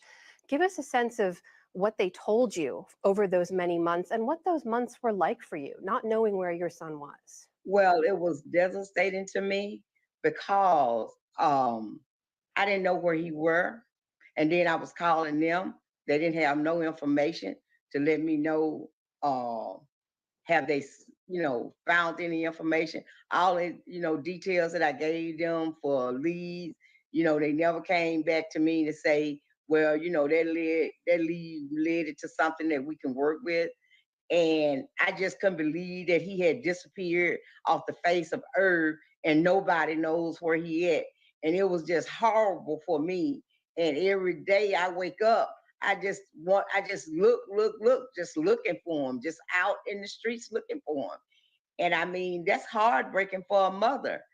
And can't say hello, don't know how to get in touch with him. That is a horrible thing for a mother. Mr. Crump, after it was discovered that Dexter had been killed, that he had been buried in this grave, his body was exhumed in November. There was an autopsy conducted. He was given a proper burial.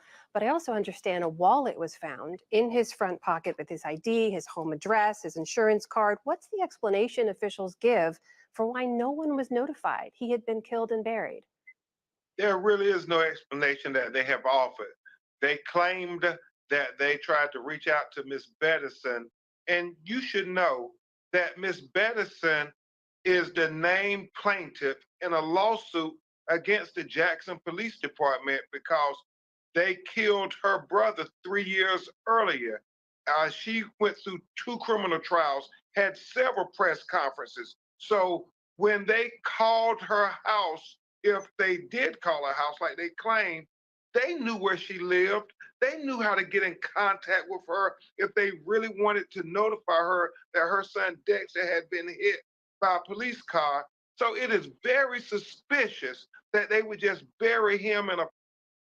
The first problem I have with this entire story, you guys, just so you know, is that the man was hit with a police car. Why? And don't tell me it was an accident. That don't make no sense to me. But okay, that's the first problem. Think about that. That's the first big red flag. He was hit with not a car, a police car. There's a problem. Proper's grave because they said they could not identify his next of kin.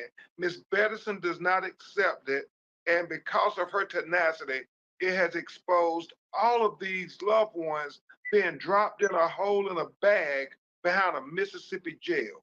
Mr. Crump, the Jackson mayor did say there were mistakes. He also just said that Dexter Wade's death was a tragic accident. He said there was no malicious intent in failing to notify the family. We know the police department has new notification procedures right now. What recourse are you specifically seeking right now for these families you represent?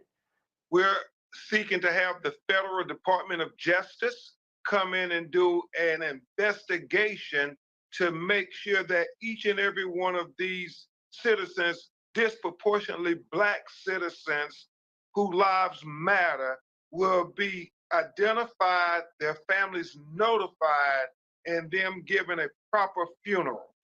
And I should say, Ms. Wade, I mentioned families because you are not alone here. There's been in the last few months the discovery at least 2 other men, 40-year-old Mario Moore and 39-year-old Jonathan Hankins, were also killed and buried in that same cemetery, and their families not notified for months.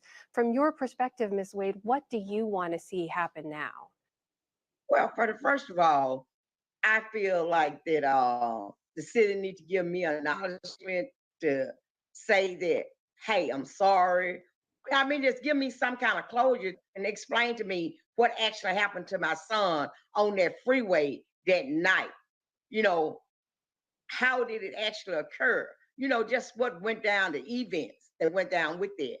And I want to see justice. I want to see justice done for this because it's wrong. It's wrong to take somebody's child and bury them in a field and I didn't even get a last chance to say anything to my child, or either I didn't even get a last chance to just say, baby, I love you. Just to look down on them and say, baby, I love you. They haven't even came and called me and said, Miss Wade, could you come down and we explain to you what happened? I mean, I haven't even got a word. And so how do that feel? That makes you feel like they are guilty. They are guilty of a crime because they can't tell you what happened. Ms. Wade, do I understand correctly that the mayor, no one from the police department has reached out to you to explain what happened to your son? No, no one have reached out to me to say, explain it, you know, to explain what happened to my son. But I did at least have city supervisors, you know, the board supervisors to say, you know, that they hated what happened to me. But I haven't had said anything. Nobody from JPD, Jackson Police Department, have came to me and acknowledged me. Mr. Crump, the story gets even more disturbing with this discovery of 215 bodies in that cemetery. What do we know about those bodies? We know based on the records from the coroner's office that since 2016, in the last 8 years, we can identify 215 individuals that were buried behind that jail, and their families have not been notified. Furthermore, Mr. Wade was number 672. That means there are 671 other people buried behind that jail, marked with only a number. 672 people? Would that be like a potter's grave? Oh my God. Yeah. But that's typically for people that have no family. Right. But I mean, this is ridiculous. How? These people have families. They have next of kin. I mean, how do you even explain that with his ID, his insurance card, everything? You the don't. only thing that happened in that case is she was involved in a lawsuit, and that's just mean. That's just mean. You can't make an excuse for this, Nina. There's no way. These people, they know who these people are. They have their names when they bring them in to put them in jail. They know who they are. They have to put their names on a placard and take a picture. Don't tell me you don't know who they are. 672 people? What in the hell is going on? And backing up to a comment that Bling made. Where's it at here? Where's it at here? Where did it go? And SRB talked about that she recognized his voice. Is he not? Let's see. The two that comes into my mind is George Floyd. Yep. Yes, he was there with that. Oh my gosh, what's his name? The young man in Georgia where they traced him with the pickup trucks. They chased him down with the shotguns and killed. Yes, I can't think of his name either, but yeah, absolutely. He was the lawyer. Yep, he was involved in both of those and a couple other ones that I've seen too. Actually, yeah. This is disgusting, guys. 672. I thought 215 was bad. 672 people. You've got to be kidding me. And how is this continuously going on? Where did your comment go, Bling, about Mississippi? Hold on a minute here. Bling made a comment about Bling says that these were civilians they were burying, not even prisoners. Are you kidding me? This is nuts. This is nuts. How do you have the right to do that? the world has, I mean, we've just lost any kind of empathy, any kind of anything. Anyway, I can't find it, Bling. Ahmaud Aubrey, thank you, Bling, very much. Bling made a comment in regards to Mississippi about missing people in Mississippi. Yes, you just had it up. Yep, you gotta wonder. You gotta wonder. Here it is, I think. I found out about all this due to a missing person who was reported missing for 5 months, and he was buried back there a few days after he passed from an overdose. Are you serious? Well, let me top you one on that one. There it We have 5 lawsuits in Alabama right now from families that when the prisoners died, they got sent to UAB to be, because UAB is a teaching hospital and stuff like that for pathology. And when they got their bodies back, they were missing organs. Mm-hmm. And I'm like, first thing I did, I was like, oh my God, I got to go see if Ohio's got prisoners with missing organs. I mean, I wouldn't doubt it. And I know you're right because my wife's aunt works at UAB. Both of them do. And they've told that story. So, yes. We're talking, in the Alabama prisons, if you donate like a kidney or something, you get 60 days off your sentence. Isn't that like selling your body part? Yes, ma'am. That is, no, it's not like it. It is what it is, period. I mean, you're selling yourself to get out of prison. That's ridiculous. There's many Mississippi residents that are missing and are buried back there. That's going to be a whole other show, Bling. That's insane. So now we just got missing people that you got to wonder who's killing them. Don't tell me they're all just dying from natural causes. Nope. I'm not going to believe that. Now you got 215. No, you have up to 671. Almost 700 people that are dead, missing, and why? How are they dying? Don't tell me they're all dying from natural causes. I'll call you a liar to your face, period. This is nuts. This is crazy. I don't even get this. Thank you for showing me this, Arctic. Good God. Let me finish this up real quick, guys, and we'll move on. Sorry. Mr. Crump and Ms. Betterson Wade, I thank you so much for joining us tonight. I have a feeling we'll be following up on this story in the weeks and months ahead. Thank you so much for joining us. We appreciate it. Thank you.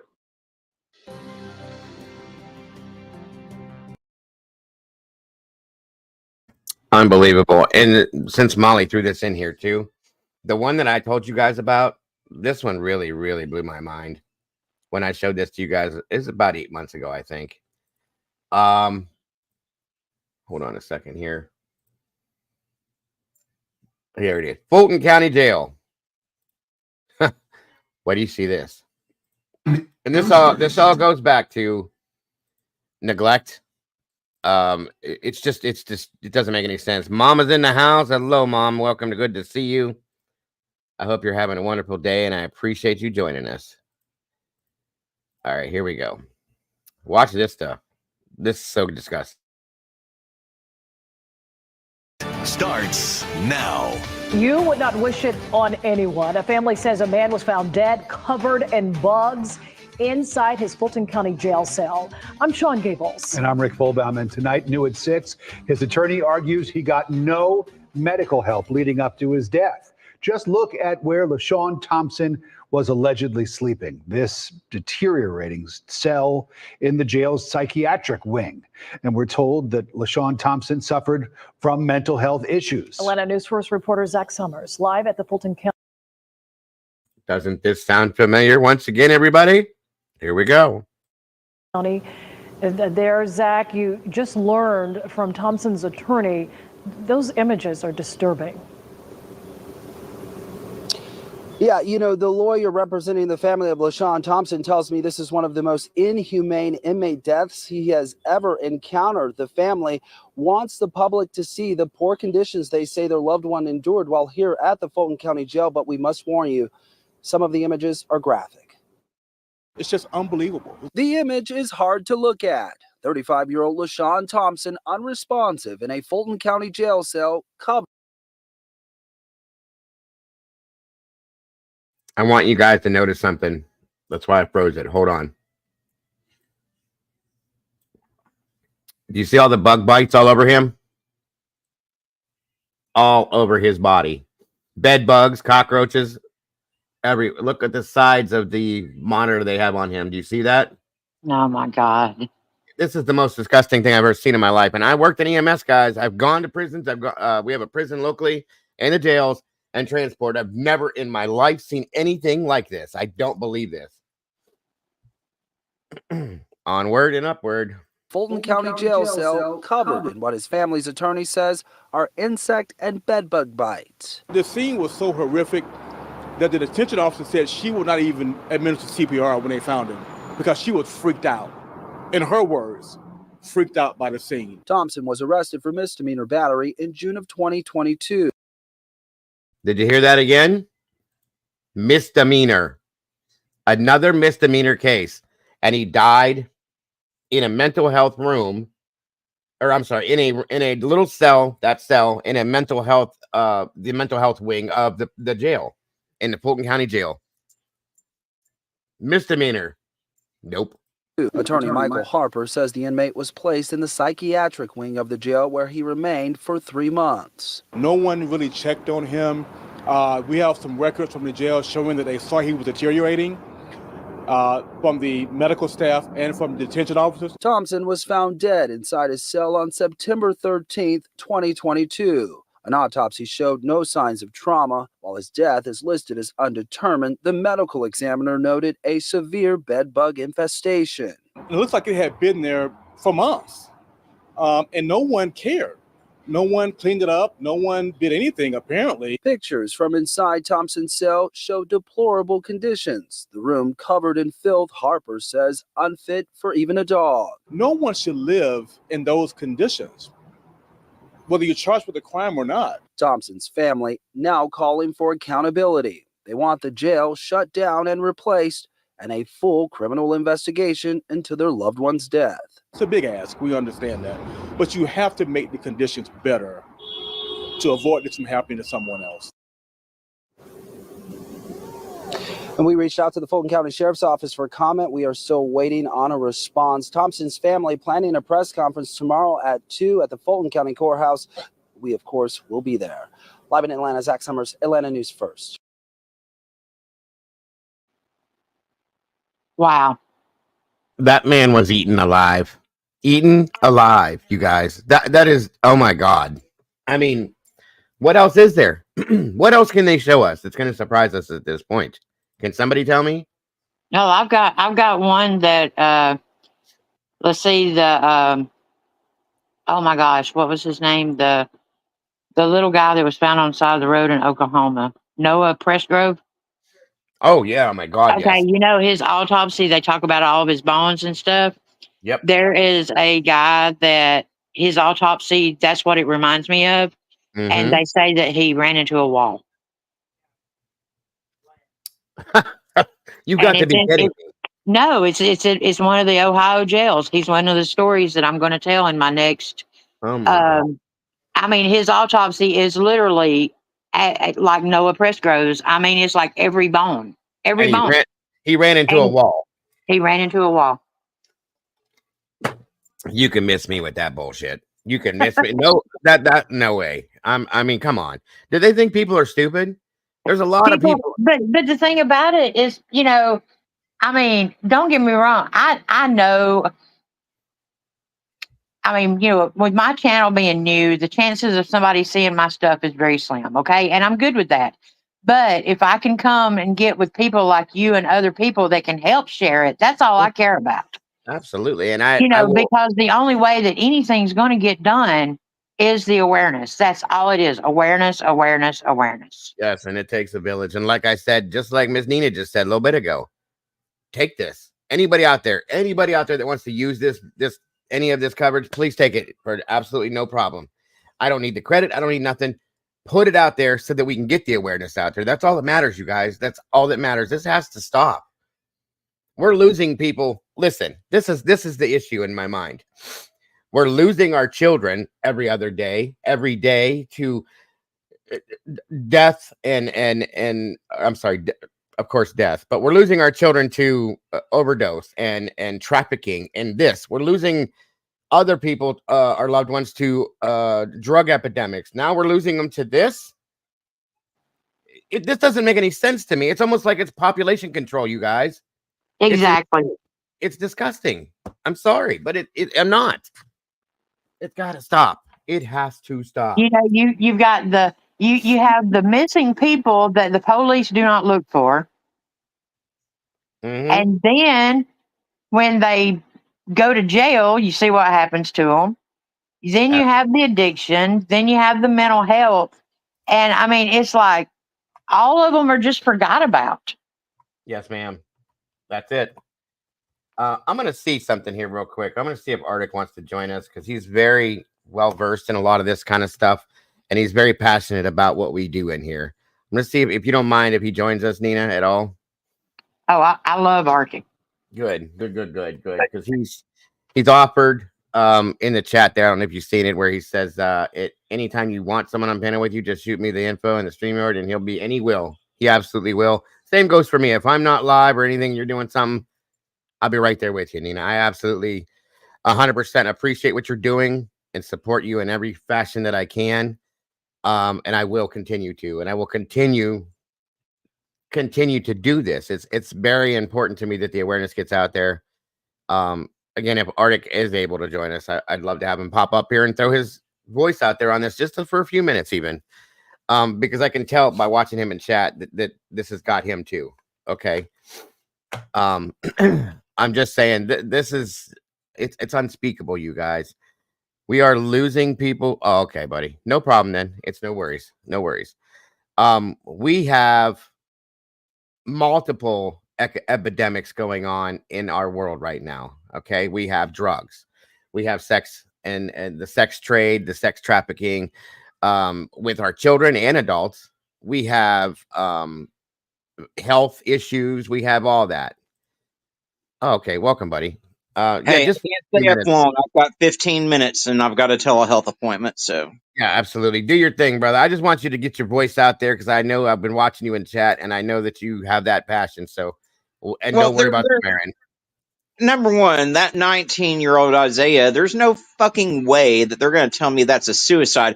He wasn't given any medication. He was denied medical treatment for 10 hours. Okay, guys, imagine how much they could have done to stabilize him if he had been taken immediately to get the mental health help that he needed, if they could have treated those head injuries that he caused, because they stripped him of his dignity by making him parade around nude in a jail cell.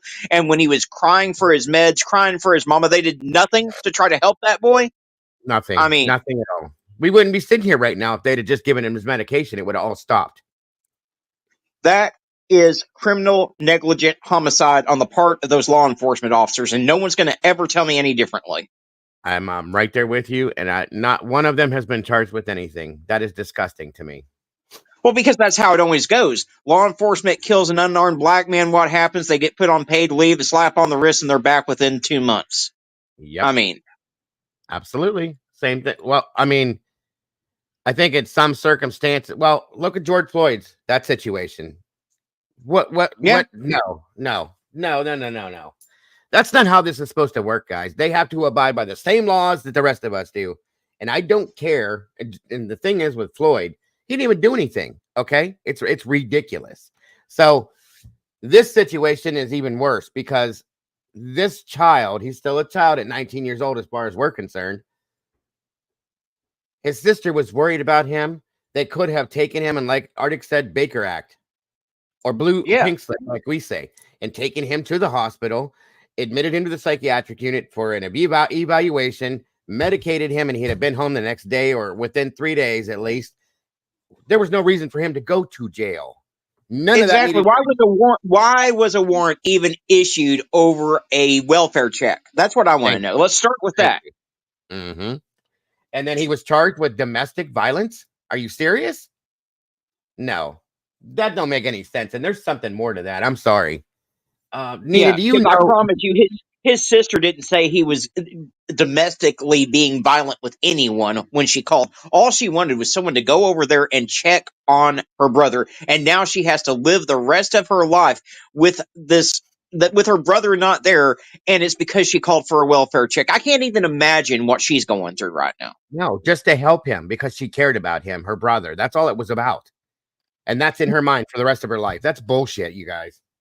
Yeah, see, what it was he was arrested for DV the year before. And I don't know if it was like against his mother, his sister, a family, but he was in, what did they call it? A stem? Is that what they called it? Yeah. He was Yeah. having one of him, his, yeah. And so that was the year before, but he didn't go to court. So when they got sent for the welfare check, here's what I don't understand. If you're sent for a welfare check, why are you even running him in? You know what I'm saying? You're there for a welfare check. You So know, you're but going- when they ran him in, that it came up for a failure to appear. Well, what they must have done when they got to the home was they checked his social security number and seen that he had a warrant for the failure to appear. I'm like Arctic Fox. Doesn't the welfare check, wouldn't that like override the FTA? Supersede. Yes, that should have superseded it. And if they would have saw that he was having an episode, then they should have automatically called 911, brought a squad there, escorted the squad to the hospital to make sure there was no violent issues going on if he was being that way. And they would have put him into the psychiatric unit at the local hospital, done an evaluation, cleaned him up, okay, gave him his medication, and then the failure to appear, he could have went to court for it days after this and been bonded out right then and there because it was probably a mistake. I mean, hell, let's just name it the Common Decency Act. 100%. Yes, ma'am. I mean, you know, that's the thing about it is it's just common decency. Human decency. And you know, it kind of goes along those same lines. They're telling people, hey, you know, if you're at a party and you're all doing drugs and someone's dying of a drug overdose, you can dial 911 and you won't have fear of going to jail. Bullshit. This is the type of shit that's keeping people from doing that. Keeping people from trying to get help. That's why nobody trusts our law enforcement anymore. I'm not That's saying the reason that a guy, well, I don't know him. I met him on TikTok. They found his son in a garbage dumpster because he was homeless, and the the encampment that he overdosed in didn't want the police involved, so they threw his body in a dumpster. Jesus Christ. That reminds me. It almost reminds Arctic. Doesn't this kind of remind you, or that kind of remind you of the Timmy D situation in some senses? Yeah. Yeah. 100%. I mean, you know, that's the thing about it is, you know, okay, is it not illegal to make snuff films? Is it not illegal to watch snuff films? Well, I'm sorry, we just watched 2. Yes, ma'am. That's exactly what those were. That is exactly what those were. No other account of it. That's it. That's it. There was no reason. And like I said, if you guys watch that video, excuse me, where they have him strapped in the chair, they're taking pictures of the injuries he has to make sure that their asses are covered. That's bullshit. They weren't worried about nothing about that other than that. It's disgusting. No. And then you've got people, 700 people march in unmarked graves, just a number instead of their name. You know, every person in that prison system has a name, and they know exactly who those prisoners are because they've got all the documents and everything on them. They sure know their name when they escape or when they violate bail or whatever the case may be, but they can't put a name, a little placard with the name and the date that they died or anything like that. I mean, even if you're unable to notify the family, at least give them their fucking name, give them some dignity. Even in death, you can't give them any dignity. There's a problem there. Yes, sir. Yes, sir. Because they don't care. They don't have that. They don't have the respect for human life.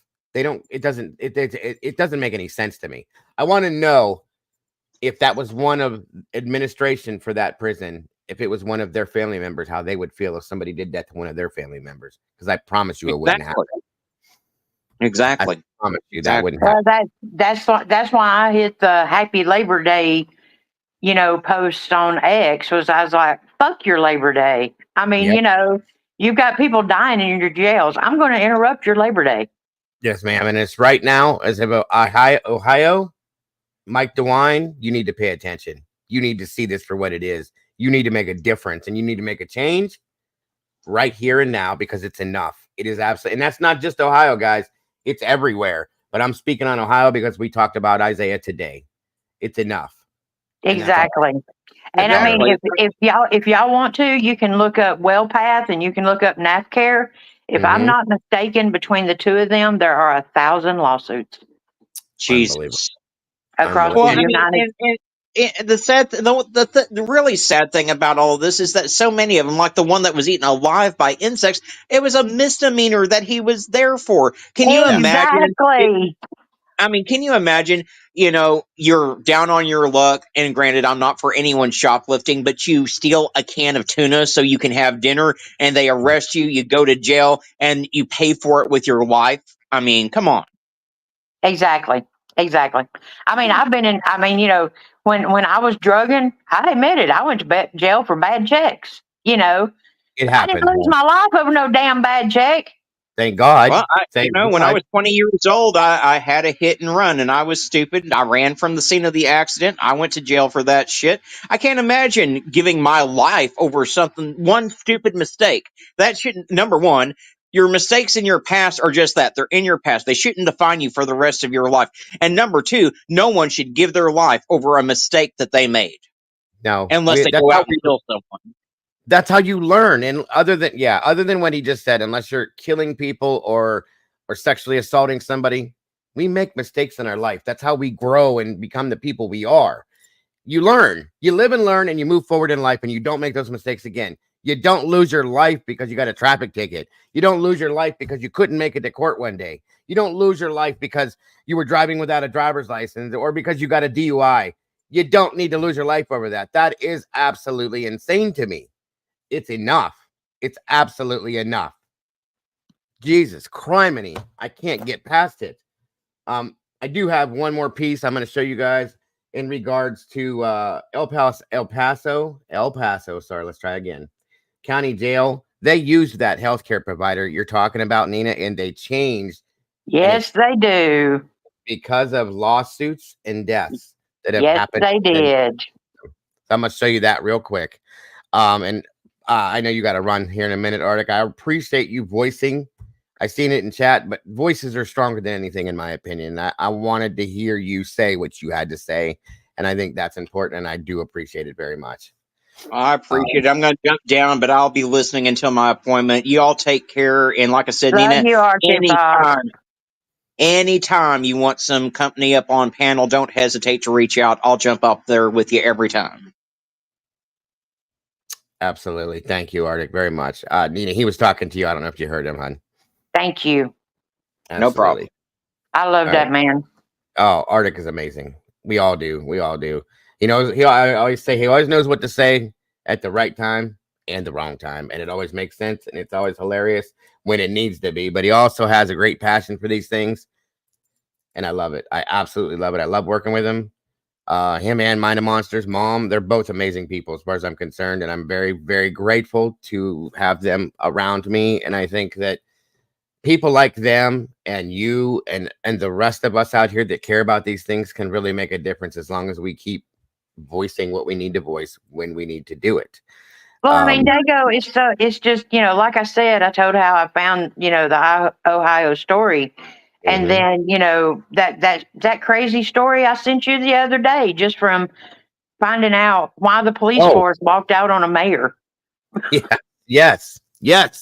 Absolutely. I get it. And it's happening every day, you guys. This stuff is happening every single day.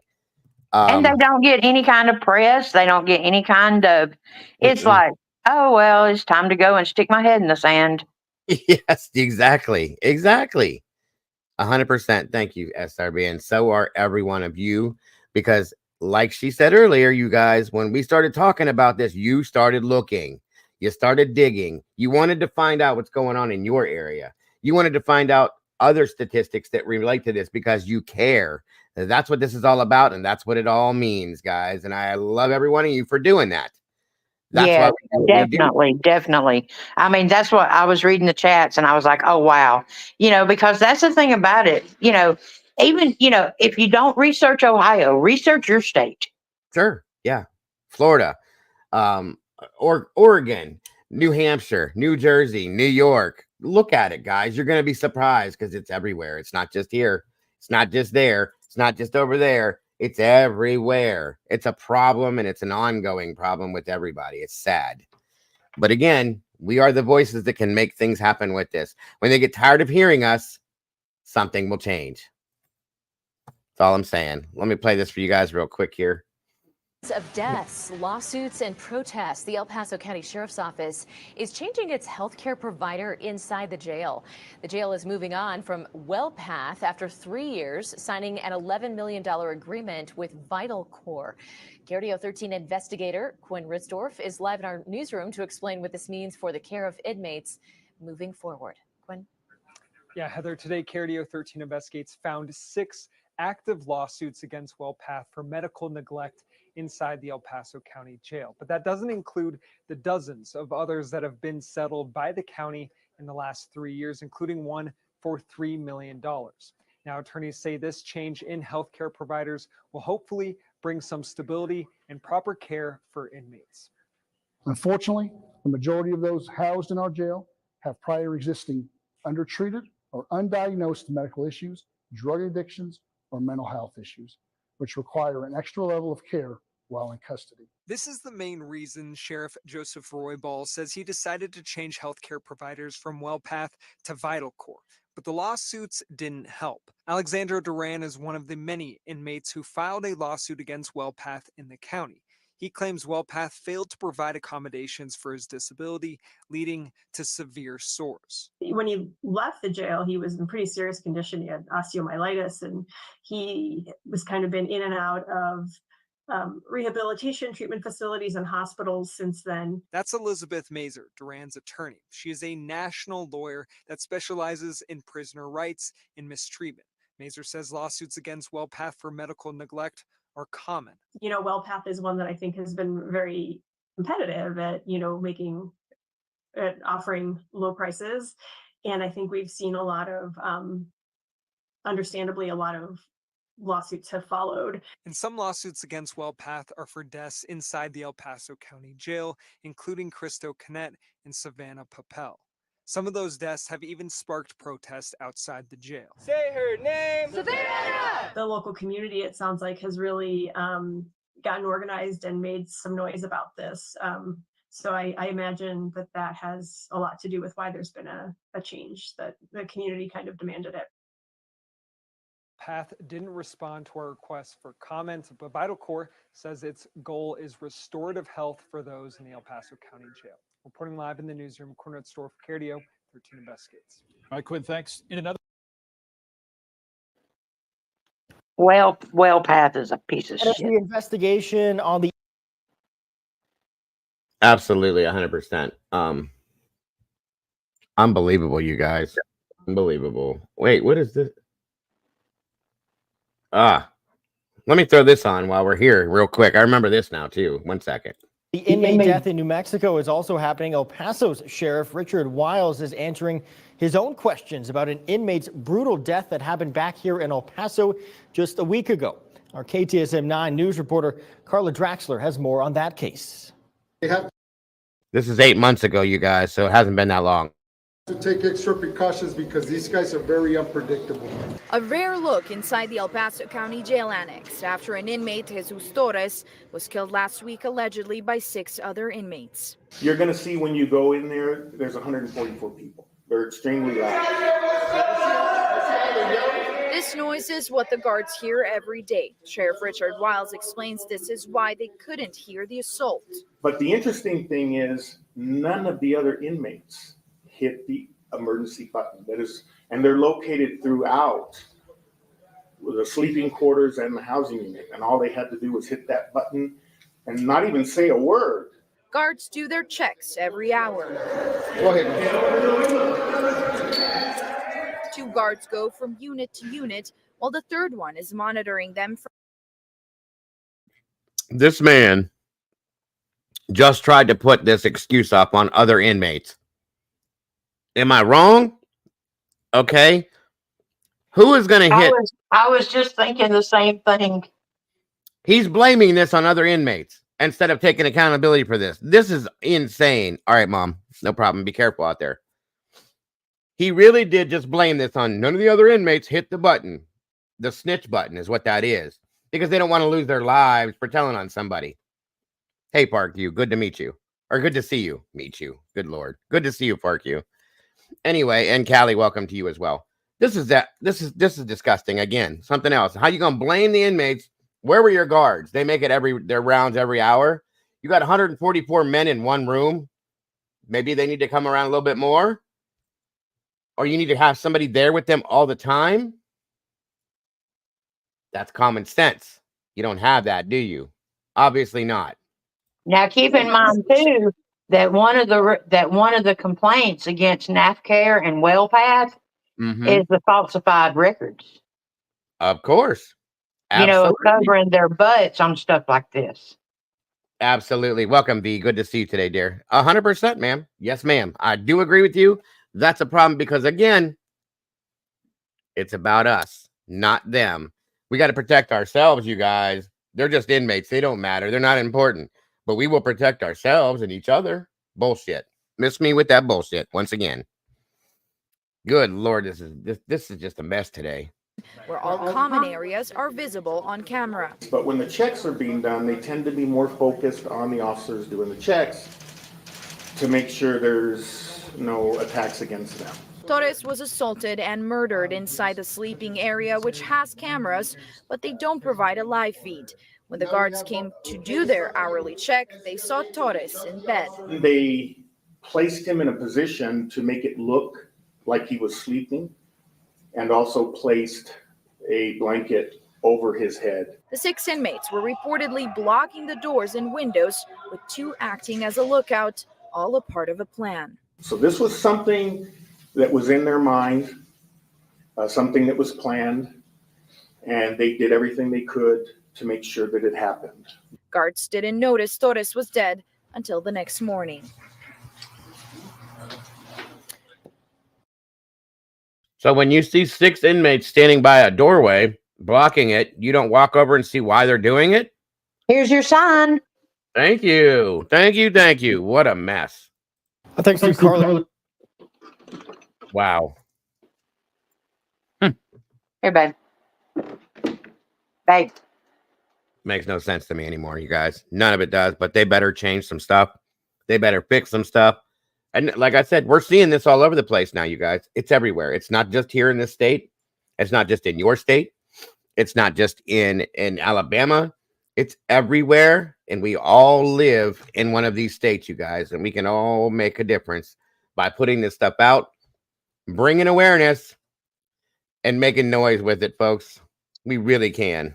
And I will continue to do this as long as I can make noise about it to make sure that in my state, Mike DeWine sees and hears every bit of this. I'll be contacting the governor's office myself again. I've done it before. I have no qualms with doing it again. Sorry about that. I was giving my 18-year-old dog his medicine. I was like, here, babe, here, babe. Okay. I noticed I wasn't muted. Yeah, No he's almost 18 years old, and it was time for his medicine. So, I get it. I had one that we had for 18 years too. He's just a little guy, and he was part of the family, and he passed away 2 Mays ago now. And we were so close to him that we we kept his ashes and have little vials for them to keep with us. So. Oh yeah, I mean, Moo-Moo's been in my chest for 18 years. Mm-hmm. They've become part of your family. That's just how it is, though. Yes.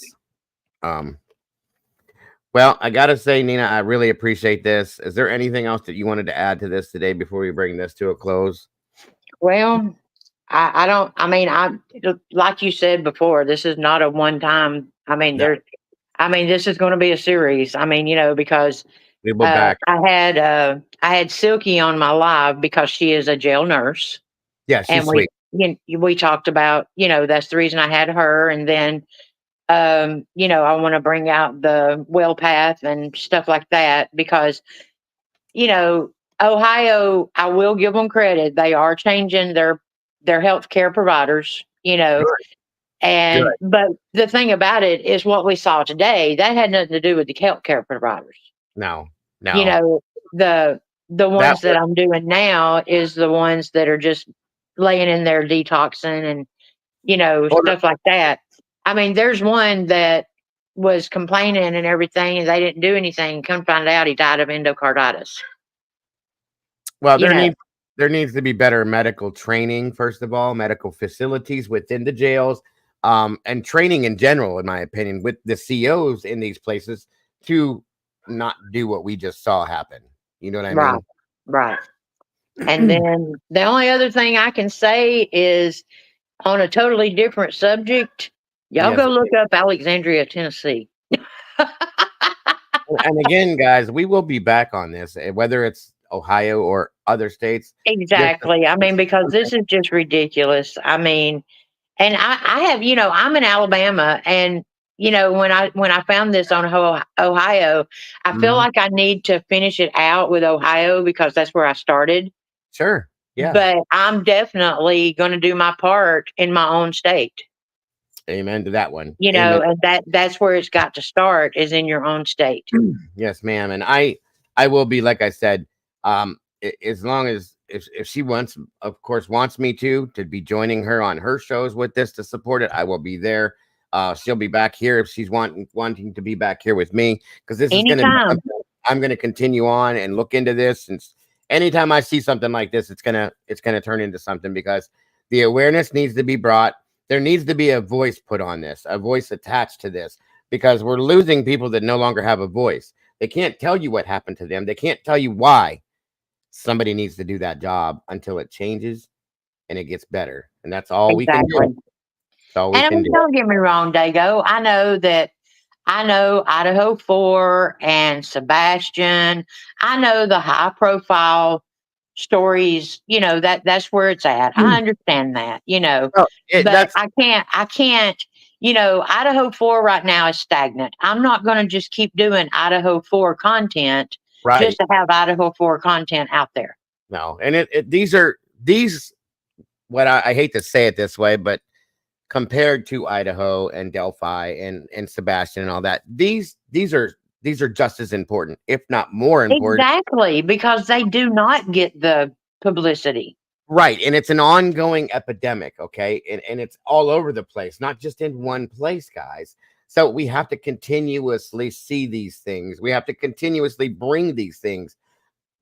I do a multitude of things, guys. I bring different stories to you all the time that I find horrendous, and they need to be heard so that people can see what's going on and maybe help to make a change with that. This is a big deal right here.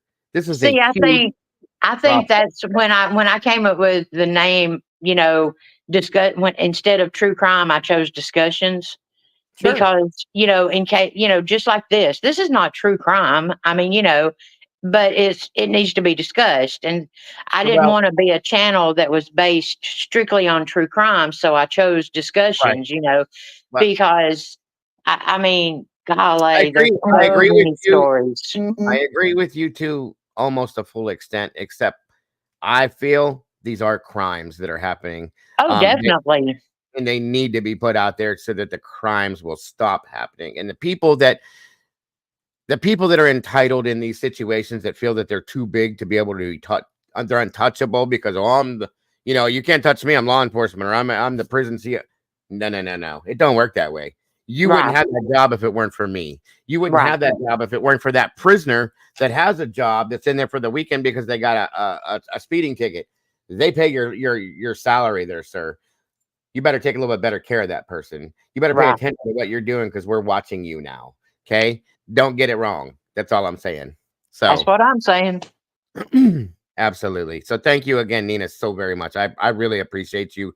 Again, guys, where did it go? I just had it. Here it is. There is the link. Warning label discussions with Miss Nina here. Please go check out that channel. Subscribe if you have not yet. Hit that notification bell so that you don't miss anything Miss Nina says and talks about, because again, warning label, guys, she's putting those warnings out there to let you all know what's going on in this world that doesn't need to be happening. And we appreciate you so very much. So please go check it out. Hit that like button on anything she's put out there. Hit the subscribe button if you haven't, and share her link out and her channel out to the world so that everybody can go see what she's talking about, because it's very important. I promise you that. Thank you so much. Absolutely. And I will be talking to you very soon, I'm sure. And thank you again for supporting the channel yourself and being here and part of this community. We appreciate you very much, Nina. Thank you. And thank you to your chat. The community is wonderful. Absolutely. Thank you so much. I appreciate you. You have a great rest of your day, Nina. Now, guys, just a little heads up here. I'm going to be bringing this down, and I do have something I need to I'm going to be doing 2 back-to-back shows before I even do tonight's show. So I'm going to come back in here in just a few minutes and go live again with something that I want to put out there. Most importantly, though, right out of the gate. So don't be going too far, guys, because I'm coming back if you want to come back with me. This was a big deal, and I really appreciate the fact that we could put this out today. And again, like I said, we're coming back with this again. This isn't the last time you're going to hear about this. You too, Miss Kim. We do love you as well. So very much. So like she said, it's going to be a series on her side of things. I'm going to be supporting her on it 100%. Arctic said he'll be supporting it. I know the rest of you will be. So we need to keep this out in the air, in the open, making noise with it until something changes, guys. Remember that much. For those of you that won't be coming back when I go live here again in a few minutes, I'm sorry. I really appreciate you guys supporting this today. I also really appreciate you guys being here and supporting this channel in general. So